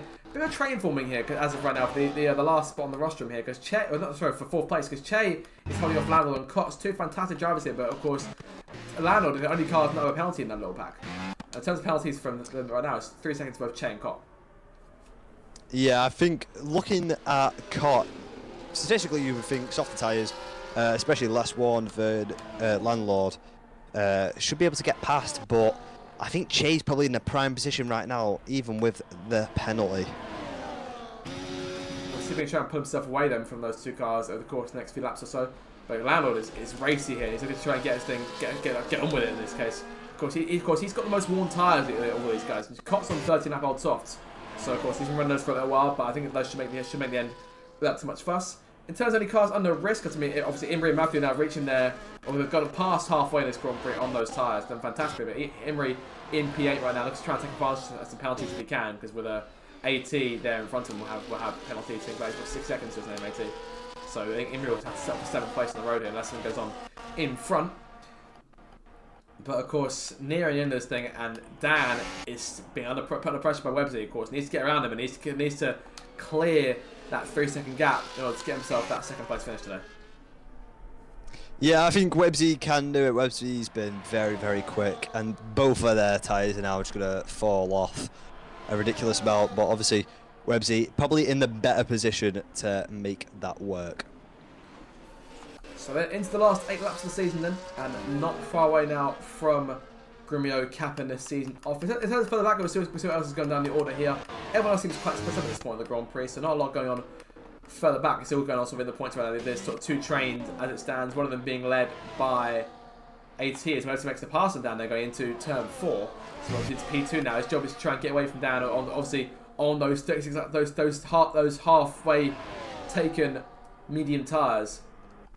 He's run those to flag. I think Websy now, truthfully, he's got a fairly good shout of trying to get away and put 3 seconds on Dan. He's only put half a second on him, so work underway now for Websy in his last 7-6 laps. Yeah, no doubt about it. One battle that's forming up here is AT, Imri and Ethan. Ethan are probably the best looking tyres. Obviously, AT's softs are going to probably be very worn out towards the end of this Grand Prix. And can Ethan try and get past? It'd be very, very tough, but with 3 seconds of penalties, he's still in a good position. He just really needs to get ahead of Imri and try and build a gap. Truthfully, I saw Imri sliding there in the exit at turn 9, so whether or not Imri is really starting to struggle on those tyres, you see him slide again out of turn 12, so I think it's going to be sooner rather than later in terms of Ethan making that move. But he hasn't got long now. We are nearing the end of the Grand Prix here, and obviously he has got a penalty to think about too, has Ethan. In terms of penalties, he's got 3 seconds to his name. AT's got 6, so as of right now looking good. But Imri has none, so Imri needs to get around him and needs to try and build a gap. Imri makes the pass on AT there, so there's 42 lap hard tyres. You're still doing a fantastic job on those. Yeah, it's been very impressive as they're getting very, very close. This is where it gets a bit treacherous though, with worn tyres causing slides, causing collisions. That's tend to see what happens. But Ethan, that's off there. Could have definitely made a move. Ethan just needs to be a little bit braver on those brakes. Without doubt. Courtney Goblin, 3 second penalty there. In terms of drivers without penalty, they've only got, I think, 7 drivers haven't got one in today's race. Other 13 have. So Curtis, Imri, Landlord, Dan. Oh no, that is just 5. Apologies. So my sight is off a little bit here. So I have to readjust that before I carry on with anything else. But I think as it stands right now, we're looking more or less set in terms of finishing order, minus still these little trains that are carrying on here. Chase still holding off Landlord and Cott here going to turn 1. Landlord looks set for 5th place. I think Landlord set for 4th, Chase set for 5th, and Cott looking good for 6th right now, but things stay as they are. But of course, Landlord want to try and clear Che on track regardless. I think he's trying to do that here on the run towards turn 4. Can't get close enough. Well, maintain 5th place for now. We are within the final 5 laps now of the season, and Grumio is still on his way to the win. Yeah, Dan's done a fantastic job to keep with Websy. I thought Websy would have pulled away a lot more of a gap, but yeah, Dan has done a fantastic job, which could see him secure P2. It's been a brilliant race for the Ferrari team after such a troublesome start for them early on in the Grand Prix, because both of them had Che had damage early on, of course Dan. Those two went to the back at one stage, both of them come back, and Dan's of course not going to know a podium. If should have to Websy or Grumio in front, or then Che could get himself onto the rostrum, but you never know. Obviously, still plenty of time for things to happen, even with only 5 laps to go. AT still holding on to P7 here, Imri in 8th place, and Ethan still in 9th. Those guys staying as they are. Matthew by himself here. I have to wait till next season to get his first RDL podium, but I should see him. Honestly, I could see him making the podium more than once next season. I'm happy to see him taking a win too. Yeah, you really never know. I mean, this is the exciting thing about the game. It all depends on what's tailored to who. But as we keep seeing, Imri is definitely the closest battle on the track. Imri, AT, and Ethan. Ethan just back it off once again, just to make sure that he comes home in a finishing position. Imri making the pass then on AT for P7 now, but AT might come back out with DRS on the run down towards turn 4 here to the inside of the racetrack, and Imri backing out of it. AT takes the place back. Might even try to switch back. Sliding across though, AT covering his line, and Imri practically shoving him through turn 5. This is NASCAR bump drafting on the run towards turn 6. As we continue on up the hill towards the right-hander, Imri over the curb a bit more, trying to get himself away inside of AT. Won't send it, keeps himself as he is for now, and AT back into P7. But of course, Imri knows that, that realistically, he can't just sit here and bring the car in. I think given he's run those hard tyres for 44 laps, he's got no choice but to do so. It's easiest 10 seconds for ignoring the blue flag. Yeah, I'm not too sure on what that was, on what the blue flag he's avoiding. That's 10th for him. If it's that 10th. Yeah, so shame obviously for EJ to get that penalty, but yeah, Imri's tyres are just looking so bad. He needs to be careful to not push any more than he is doing, because one small mistake could see him tumble down the order. Landlord closing again here on Shea. On lap 68 now, just 4 more laps to go in the race and the season, no less. And as much as I would like to have it out of championship battle to be calling home, Pope, obviously it's something you can't get everything in RDL or league racing in general. As AT goes to the outside now on Imri, he's trying to take P7 back. He'll take P7 back into turn 4, and we'll try and maintain his position over Imri now. We'll try and come back at him for the run up towards turn 8. But they're not trying to go to the outside potentially for turn 6. Can't do it. AT maintains his line as JB is in the pit lane here. So can we see JB go for perhaps one last set of soft tyres, go for a fastest lap? Let's wait and see here what the game plan is. Him at Alpine. Yeah, one last hurrah for JB, no doubt. Obviously, the strategy didn't quite work that one stop. Kind of just found himself in the middle of nothing. No DRS train to be able to grasp any DRS benefit. So, bit of a shame for JB. I think he's going to be quite disappointed with the strategy dice. However, let's see if he can get that fastest lap. Grumio's just put the lap down here. 3 laps to go for Grumio to cap the season off. Webbsy's still there in second place, and Dan has kept him very honest since making that pass on a couple laps ago. So Dan is still keeping Webbsy under pressure. Chase still into 4th place right now. Landon looks set for that 4th spot, provided he doesn't get a penalty of his own. Obviously, if he does get a penalty of his own, then it's game on. But Koch still there in P6. Imri holding his P7, but AT might get him back now. We're seeing Imri making passes here. He's to go back and forth for places as he runs towards turn 4 again. AT, not a fantastic run, not as good a run this time, but still gets close enough regardless. And down the inside takes the place. Imri switching back this time on the inside, using the battery, pulling back alongside him here for the run towards turn 6. Side by side, this is what Imri wanted. Going into the right-hander, up the hill now, looking for the place going into turn 6. Oh, that is dicey. And on 46 lap old hard tyres, Imri still hanging it tough on the outside of the inside for turn 9. Can he make the move stick? It's been very tight here. Look at this fight for P7 Pope.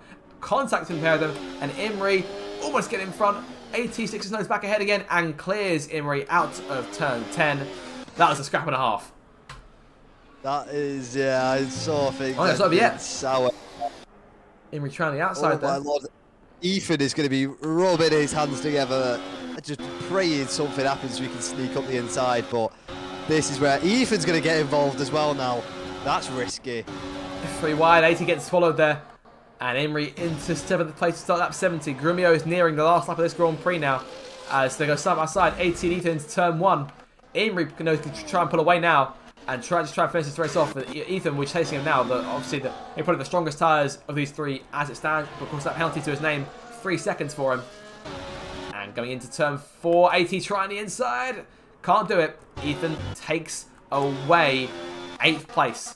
As up front, Grumio rounds turn 12. He's got 1 more lap to go here to finish off this Brazilian Grand Prix. It's been a long race. He's a lap away from taking win number 16 of the season and sweeping all 6 full-length Grand Prix. It's been a magical season from Grumio this year. It really has. And there's the 1:08.7 there by JB, getting that fastest lap. We'll see if Grumio, I think Grumio is probably the only person that can really contend with that sort of lap time that we've seen today. But one person who's impressed me massively is Dan on those 43 lap old mediums. What a drive. Fantastic. He's a lap away from a 2nd place finish here. Che and Landlord side by side through turns 2 and 3. Landlord looking to edge in front. Of course, Che's got a penalty to worry about, but Landlord is there. Che gets DRS, maintains P4 for now. And behind them, Imri holding off Ethan and AT going into turn 1 as Grumio going through turn 9 now. He's only got 6 more corners to go so he caps off this season and, of course, caps off his 9th RDL Championship. He comes through the last sector now. Keep an eye out for him as Ethan is waiting for AT to make a move. AT goes for one move. Can he get another one? Can't do it. P8 for AT for a second. And Ethan slides up, but AT takes away P8. Those two can keep on fighting, but they'll settle down for now. And Grumio's coming up the hill here. He's let JB go, and Grumio's charging towards the line to complete this Grand Prix, up towards the checkered flag to cap off this season. Side by side with JB for the line. Yellow flag down there. He's out of fuel. He's out of fuel. But Grumio then wins the Brazilian Grand Prix, 16th win of the season. Websy and Dan side by side. Dan takes second place away from Websy at the very end there. Third place for Websy. Che takes fourth. So Lando fourth. Che fifth. Cotton sixth. Imri last corner now. 48 laps on those hard tyres. Has to be applauded. He'll come back fighting next season in the attempt to try and get himself a race win. Back on the board for the first time since season 16. Imri across the line. Oh, that was awkward. Imri is 7th, Ethan 8th, 89th, and Matthew, Curtis Rogers will secure the last point of the season then. PJ P12, Obsessed P13, Alvar coming to try and T-bone AT for a second there. Alvar P14. Ben will come through for P15. Red J and 10th coming through in a few seconds of each other here. Ben across the line, P15 for him to cap off this season. Will he try and T-bone AT? He won't do it. That Aston Martin struck in there in the middle of the track. Red J comes across the line to cap off his RDL career. Unfortunately, couldn't score that last point. Bins it over the line. 10th Cannon. 10th Cannon running into, I think, EJ there. Connie Goldwyn, the last finishing car there. EJ over to dead last lap down. 16th for 10th, 15th for Red J. And that'll do it for RDL Season 16. That was a race and a half, but we managed to get through it. And that is it for F1 24 Racing. What a grace. What a season it's been. Grumio, 16th race victory of the campaign. 116th of his already illustrious career. And a 9th championship capped off in quite stunning style there. No one seems capable of stopping him today, did he? No, he was just in a league of his own. As soon as he swept through those first few laps, and he was right up there with the rest of the grid, it was impressive. And yes, P5 for Celebre as well. They're going to be celebrating that throughout the night. We'll see if we can try and get a chat to either one of those two guys. And of course, we've seen them in the past previously, but celebrations beginning them for the top 3. Grumio wins it then from Dan in second place. Fantastic run from Dan. And Websy, of course, pushed both these guys all the way and settles for 3rd place in the day and capping off F1 24 with a fantastic result for all 3 of these guys. Of course, for RB, who have dominated this season. Grumio wins them from Dan and Websy. Lando finishes in 4th place, and it's Che in 5th. Cot 6th, Imri 7th, Ethan 8th, AT 9th, and Curtis rounds it on top 10. Matthew takes P11 away, then it's PJ P12, Obsessed Gamer in P13, Alvar coming home in 14th place. It's Ben in P15, 10th Cannon and Red J, their last race of the RDL careers, in 16th and 17th.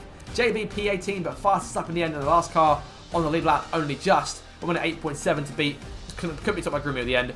Connie Goblin and EJ, both a lap down. Of course, EJ took those tyres a long way, Pope, and it's a fantastic Grand Prix all round. Thoroughly enjoyed it. I hope you guys did too.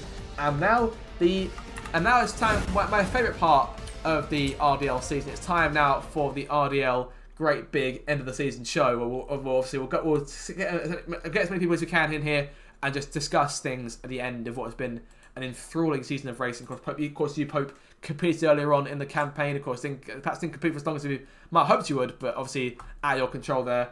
And it's been a ride. It's definitely been a very enjoyable campaign all around here as we sort of cap things off. And we invite everyone to come through and have a chat with us. If there's anyone who has their eye on the stream. Pope, give me your thoughts, mate, on the race and on the season as a whole. Yeah, the season's been very chaotic, more than probably most seasons here in RDL.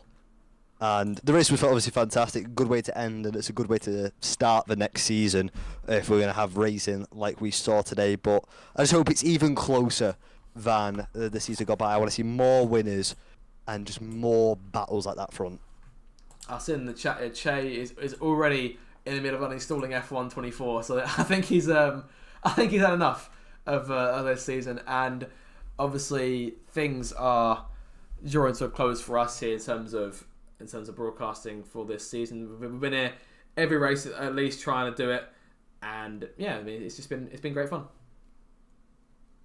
Yep, 20 finishes in that Grand Prix, and one of them joining us now, 10th. Welcome to the commentary box for foreseeably the final time. Yeah. Oh man, I I honestly haven't thought of what I was gonna say, to be honest. God, really starting to hit now that just did my potentially final laps in RDL. Oof. Perhaps the race overall perhaps didn't go to plan. Ted, was there? We're looking at points as a target today. Points was definitely a target. I got damage on lap 1 through probably my own stupidity, but I went to pit then, and I went to repair my wing damage, but for some reason the game decided not to, which is kind of the only way you can really cap off a season like this. So on a game as wonderful as F124, so yeah, I'm not even surprised anymore. But I mean, I was just happy to be here. Well, we've certainly enjoyed having you the last season and a bit. If you had to give me one moment from your RDL career that sort of stands out in particular, what would it be? Probably my podium in Mexico, although I don't remember it all that much. Or maybe the entirety of Monaco and just how fun that was, just trying to avoid the wall, trying to keep it clean, trying to not get any penalties, it felt like sort of the crown jewel of my provisional F1 career, shall we say. It was really a highlight for me. Any moment you want to forget in particular, or? Murdering JB at the start of Hungary before the race had even started. That I can do without remembering. Also getting a bollard stuck under my car in Vegas. That wasn't ideal. Don't really know how that happened, but I mean, you play the cards you dealt, I guess. Did what I could. Fair enough. I mean, is there anything more you want to add to just in general about your time here? I just want to thank everyone real quick. I know probably not everyone's going to see this, but it really has been a pleasure racing here. Out of all the leagues, out of all the leagues I've been in, this is definitely one I'm going to remember, and it's really nice to see a league on a declining, a game with a declining player base that is still managing to keep going even in times as troubled as this. And I want to thank you, Zach and Pope, for Pope's occasional commentary, but Zach's persistent commentary throughout the season. I think watching some of the races back has been really fun, and it's been really just RDL's just been a really cool thing to be a part of, man. I've loved it here. I've genuinely loved my time here. If I could stay, I would. Well, thank you very much. That's very high praise. Obviously, we're going to miss having you around here. It'll suck to have you on the grid next season, but of course, I'm sure you've got places to go from here. So on the up and up from RDL. Yeah, I'm gonna just see where life takes me. I think I need a break from F1 as a whole. So it's gonna be nice to see where that takes me. And God, everyone's here now, right as I'm finishing my interview. God, oh well. Well, yeah, we'll see what happens. Well, mate, it's always here if anyone who does want to come back later on and obviously listen to it back after the stream. But obviously, like I say, you've been a fantastic driver the last season of it. We've loved having you here, and thank you for coming in almost every single week here to doing the post interviews, because that's obviously massively appreciated here. And obviously, like I said, we're going to miss having you around. So thank you for obviously joining us on this journey in iPhone 24. And we'll perhaps one day see you again in the future. Thank you. It's been a pleasure. So we'll move on now to Websy, who managed to take home a podium finish in today's race. Websy, congratulations to make good race from you today. But taking those tyres as far as you did, mate, fair play to you for the 100% distance. Which, sorry? Obviously, podium finish to cap off the game. The race as a whole was fantastic for you. Obviously, you gave Grumio a run for his money there. Did you enjoy that one? Yeah, I did actually. Yeah, it was good. I was keeping pace with Grumio, and I didn't think I would be able to.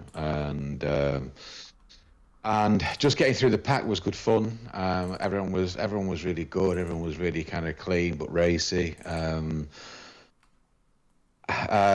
and I looked down. I underfueled my car. I thought there would have been a safety car. I underfueled my car by like half a lap or 3/4 lap anyway. So for the last 5-6 laps, I had to start conserving fuel, which I was a bit upset about, really.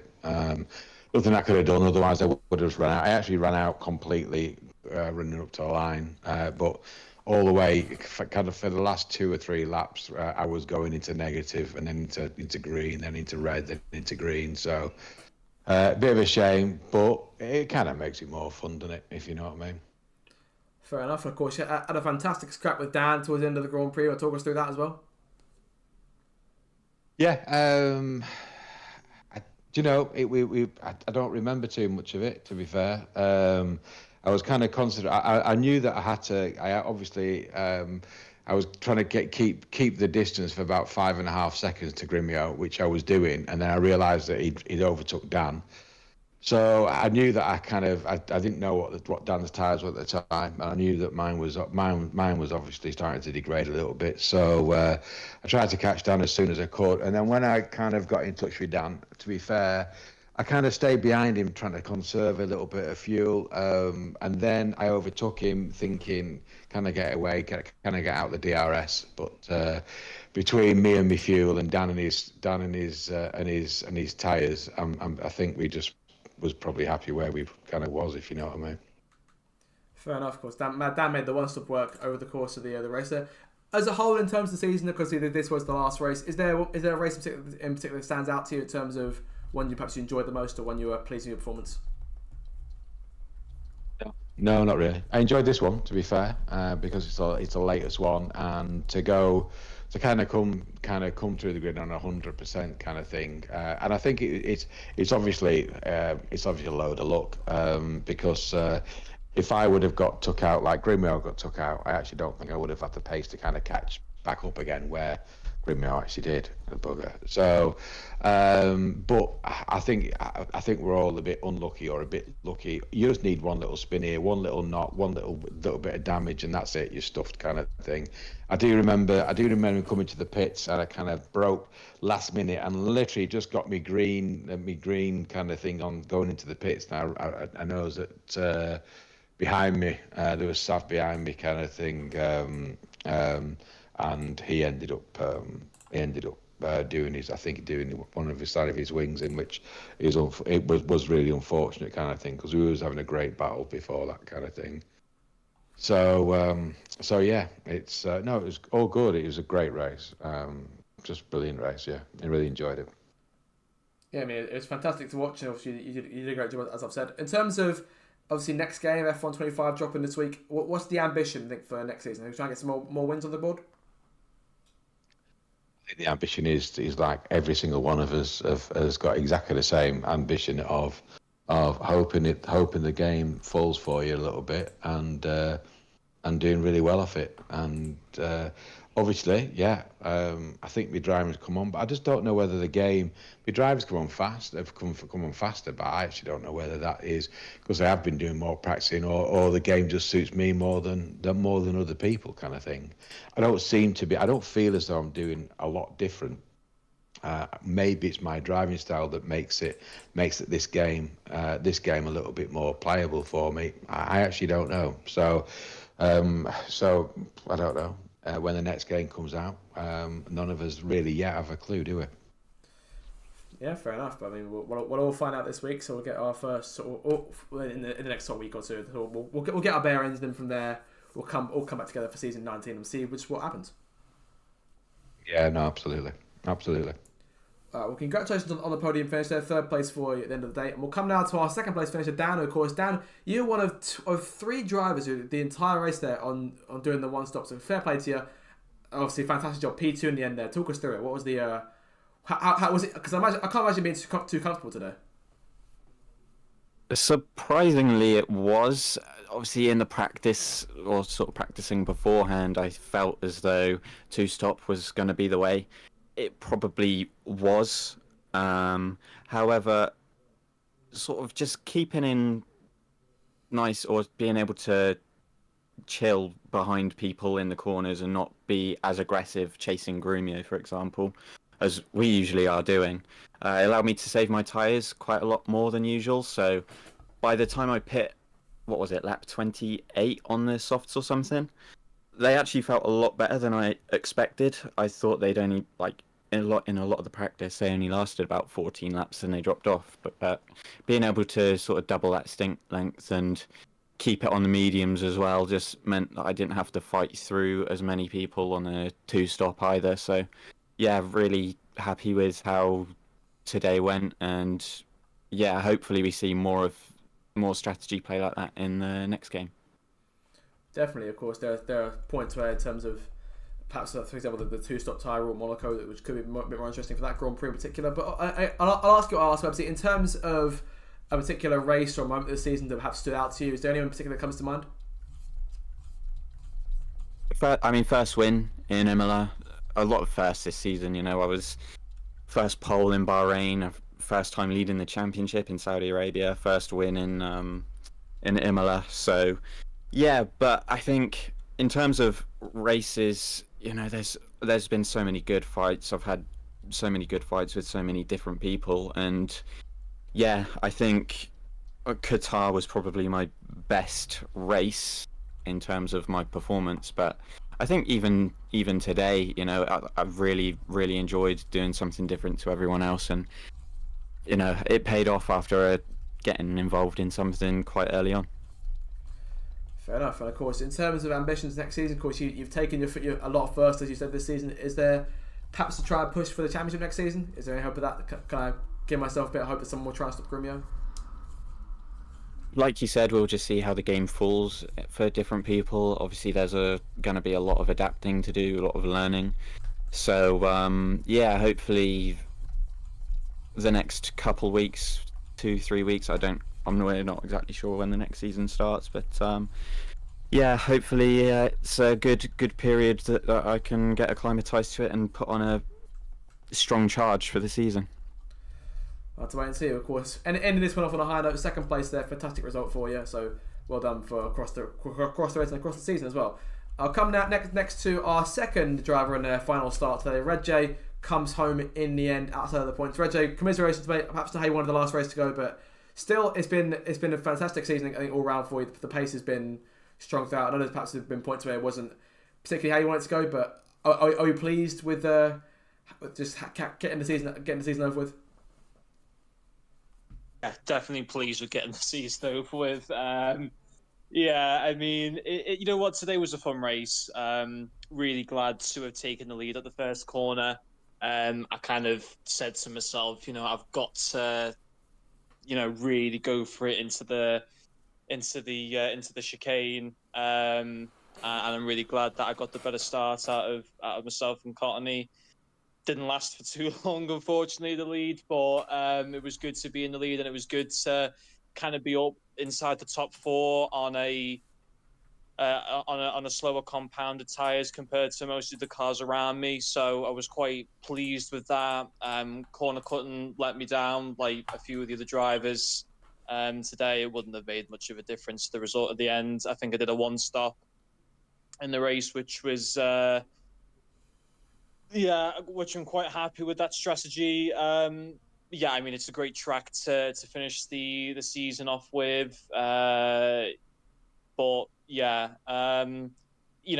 the season as a whole hasn't been great compared to last year. I think I look back at China when I did finish in the points, but in quali I decided to basically cut half of the track to get a lap in, and obviously that resulted in a penalty for the race. So if I hadn't have done that, I would have finished with at least points on the boards at the end of the season. So to see 0 points next to my name, of course, is a massive disappointment. But I've let myself down at a few races this season where I should have scored points. Of course, I haven't attended every single race either. But I think the reverse grid probably didn't maybe produce some of the more crazy results that perhaps it did at Portimao last time out. I think it was at Portimao last time. But it was still, I think a really fun race for everyone. We all enjoyed it. It's obviously great to see that all 20 cars made it to the finish line as well, which, good on them for 100% distance. That's what we want to see. We don't want to see, 10, 12 cars finishing. So I think for everyone to get over the line, I think we can all, kind of give ourselves a bit of a pat on the back for that. And so obviously, last race for you, so as I say, overall, have you enjoyed your time in RDL in terms of racing? You're going to miss it?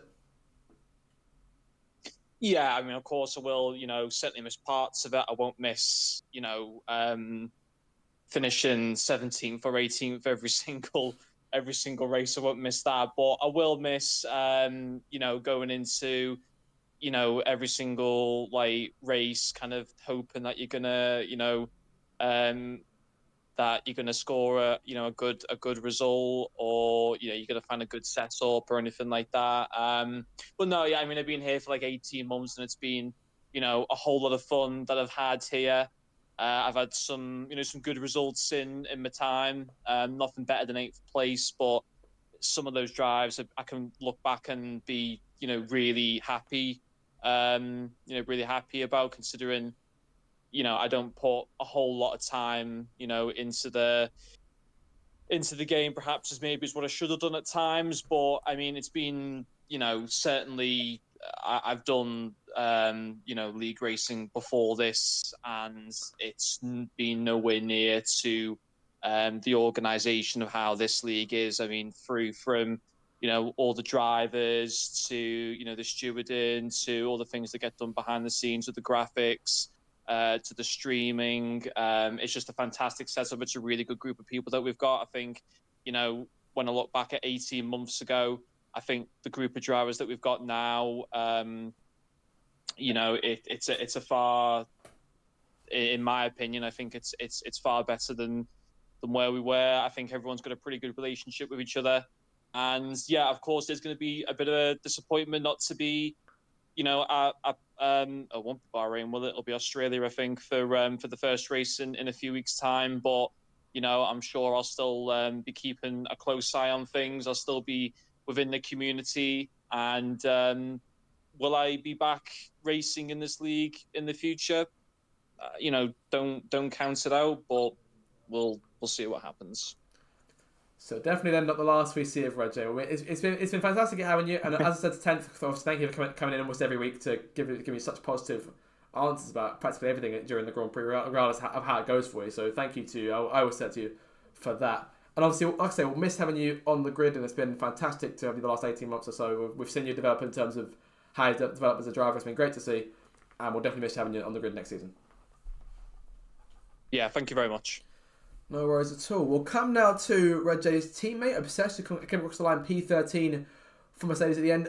Obsessed, of course, led early on the start. Of course, were you expecting to be in the lead for that long? Can I ask? No, I was glad to have been able to lead at least one race for a couple laps this season. But yeah, no, it was definitely a bit of a surprise, especially at the start. When I was able to get into second and then just hang out there for a bit. Yeah, Pope did say, mention me, Pope, correct me if I'm wrong with this, but there was a run-in with Grumio earlier on in the race, is that correct? Yeah, a bit of contact going into, is it turn 13, I believe? Yeah, I think it was.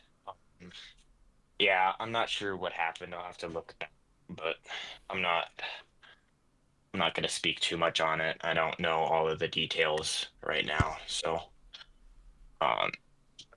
but yeah, I do know that I ended up in the grass, but it was. Yeah, I mean, yeah, fair enough. Obviously, we won't force you for an answer there. I will ask, obviously, as I told everyone, in terms of is there a particular moment this season that stands out, other than leading today? Is that the moment of the season for you, do you think? I really enjoyed Vegas. Being able to keep up with Dan and hang out up at the top for the however many laps Vegas was, subtract the last two.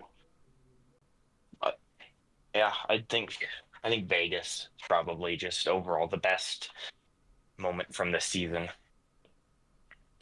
Yeah, I mean, I think definitely one of the more enjoyable ones to watch you from my end in terms of what I've seen from this season. Of course, a lot more points on the board compared to last season. Going on to F125, is that the aim, just to try and keep on getting those points scoring places more and more? Yep, I think so. I think F125, assuming the game is good will be much better for uh, point scoring. Hopefully, they don't make DRS as powerful, and it's easier to catch people who have DRS without DRS. Because I know that catches a lot of people. Like the second you get out of DRS, you're kind of done unless you push and have like 10 perfect laps in a row. You know what, mate? I've been there. Not to the same extent, obviously, in the league, but I've definitely been there myself in terms of that sort of thing. But obviously, yeah, started jumping all season long. Obviously, the points on the board, a lot of different tracks this year, so it's been great to watch, and hopefully we'll see you get a few more of them next season. Yeah, definitely. So that was a success game. We'll come now to our last point score of the day. Curtis takes home P10 for Alpine. Curtis, good job, mate, on the race as a whole. Long Grand Prix again. You did the one stop like Dan did. Was that a struggle for you today, or did it feel quite comfortable as well? It felt like the wrong choice. It sort of felt like I was towards the end of the race, just there. Managed to get point because Matthew had a penalty towards the end, but I feel like the two stop was overall quicker. But I started on mediums to open up the options for myself to do the 2 or the 1, and I think I chose the wrong. But I don't think it made too much difference to the final result. Fair enough. I mean, of course, it was a competitive race down the field, so obviously it's so good to end up with the point at the end. But yeah, I mean, overall, it's been a good season for you guys at Alpine. Is there frustration perhaps to have missed out on the fight with Red Bull and Sauber? It's frustrating. Yeah, I think I've had quite a frustrating season. There's been a lot of races where, I think I've missed 4 races this season. I think another 3 or 4 I disconnected from. And then a couple where I've just had decent pace and then just crashed out a few laps to go. So it's been a season of having decent pace, but not quite putting it all together, and luck just hasn't been on my side this season. Is there a moment you look at that stands out at all where perhaps luck was on your side? Luck was on my side. I think Monaco. I think if I remember rightly, Monaco was a wet race, and I think the luck was it was Monaco. I qualified well, got up to a high position, and then just no one could get past. So the luck was that I had bad pace at Monaco. Do you know what? I don't remember that. That comes to mind. You were holding a train that day. It was fantastic to watch. I remember PJ was behind me and was not fun. I do remember that good times around Monaco. Well, obviously, come back next season. What's the ambition next time out? Do you reckon on F1 25? I think the ambition is just I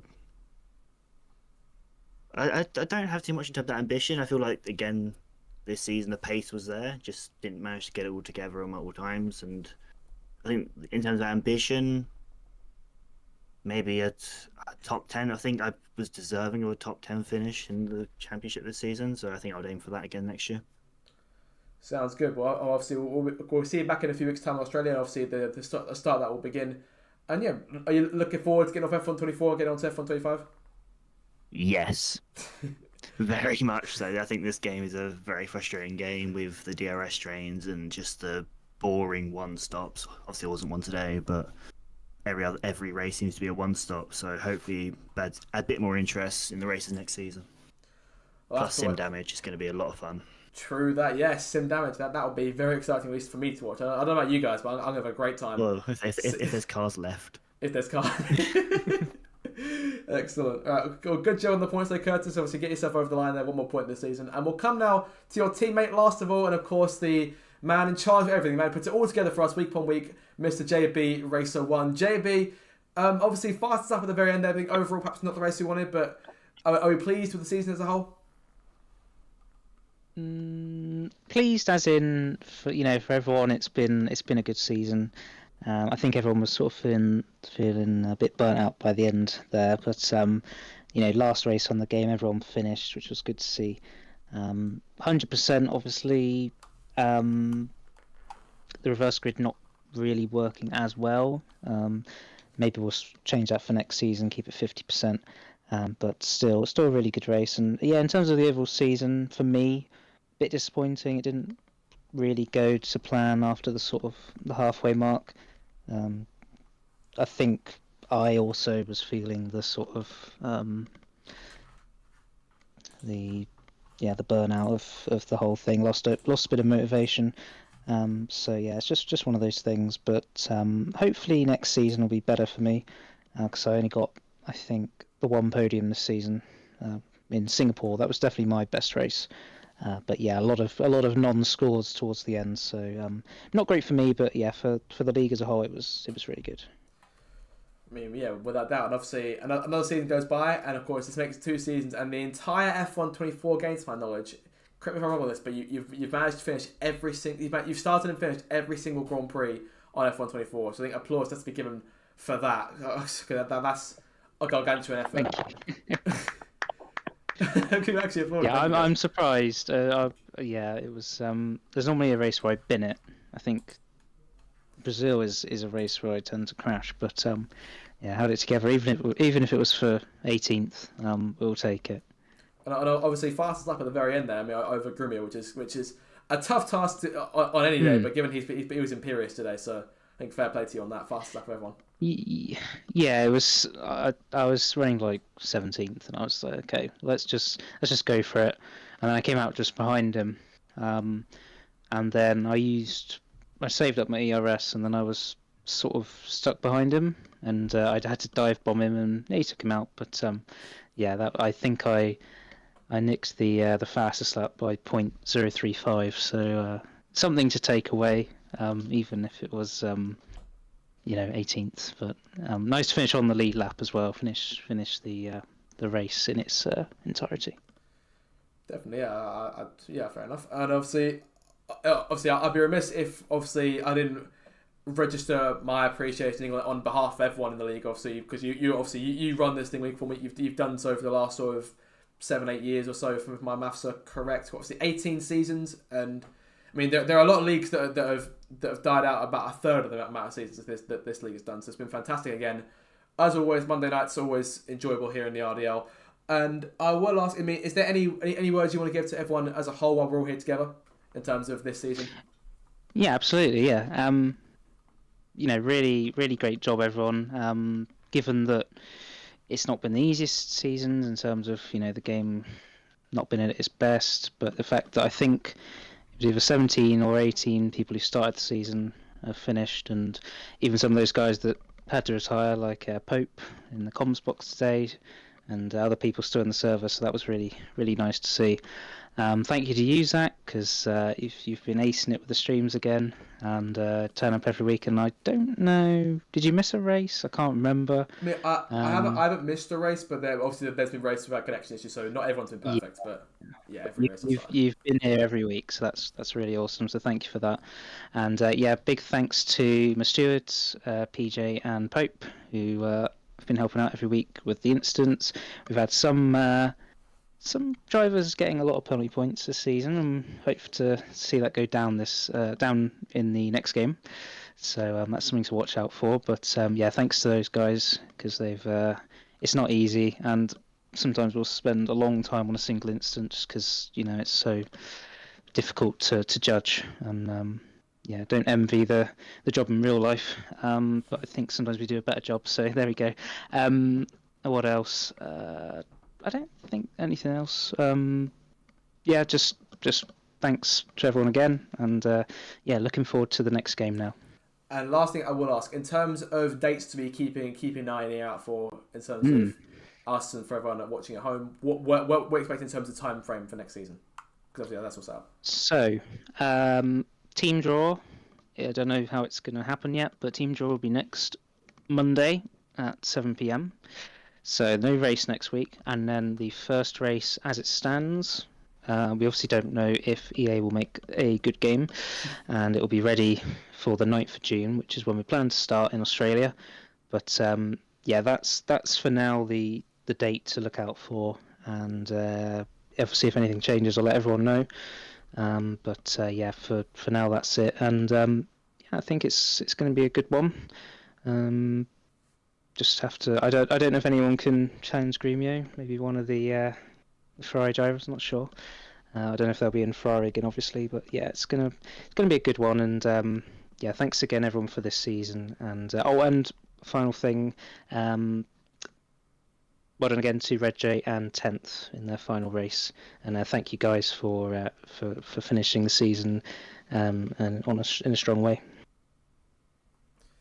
Well, that will more or less cover it then. So thank you, JB, and thank you to everyone for sort of sticking around for this little end of the season show that I do enjoy doing year upon year. That will do it then for coverage here in the Racers Driving League for season 18 and for F1 24. That is all for us. Of course, as JB said, next Monday team draw, and obviously from there projected to go ahead the week after for the season opening in Australia. Whether of course that gets moved, obviously if that happens, I'll put communication out on my community post as well, so people will know in terms of what the game plan is from there. And I'd like to register my appreciation for all the drivers as well, obviously to JB for running the league, and the stewards for giving up their Tuesday nights every single week for us. It's been fantastic as always. The service has been excellent throughout. Obviously, the game itself has been subpar. We can all agree on that, and I've finally been swayed by JB on that point over the course of the last year or so. But don't blame me. Yeah, no, you were vocal. I'd say honestly, you changed my opinion of the game, and I can't wait for F1 25 to be the main game. Get off this load of garbage. Yeah, I mean, it's been great fun, and obviously thank you guys everyone for turning up and actually just watching these things week upon week. It's been absolutely brilliant to see the count go up, and almost at 2K subs on the channel as well. So I think it's been instrumental in that, and of course I've been rich the program too. So well, that's unrelated, but yeah, that will more or less do it then for RDL season 18. Thank you guys so much as always for watching, and we will see you next season when the Racers Driving League returns. Goodbye, everybody.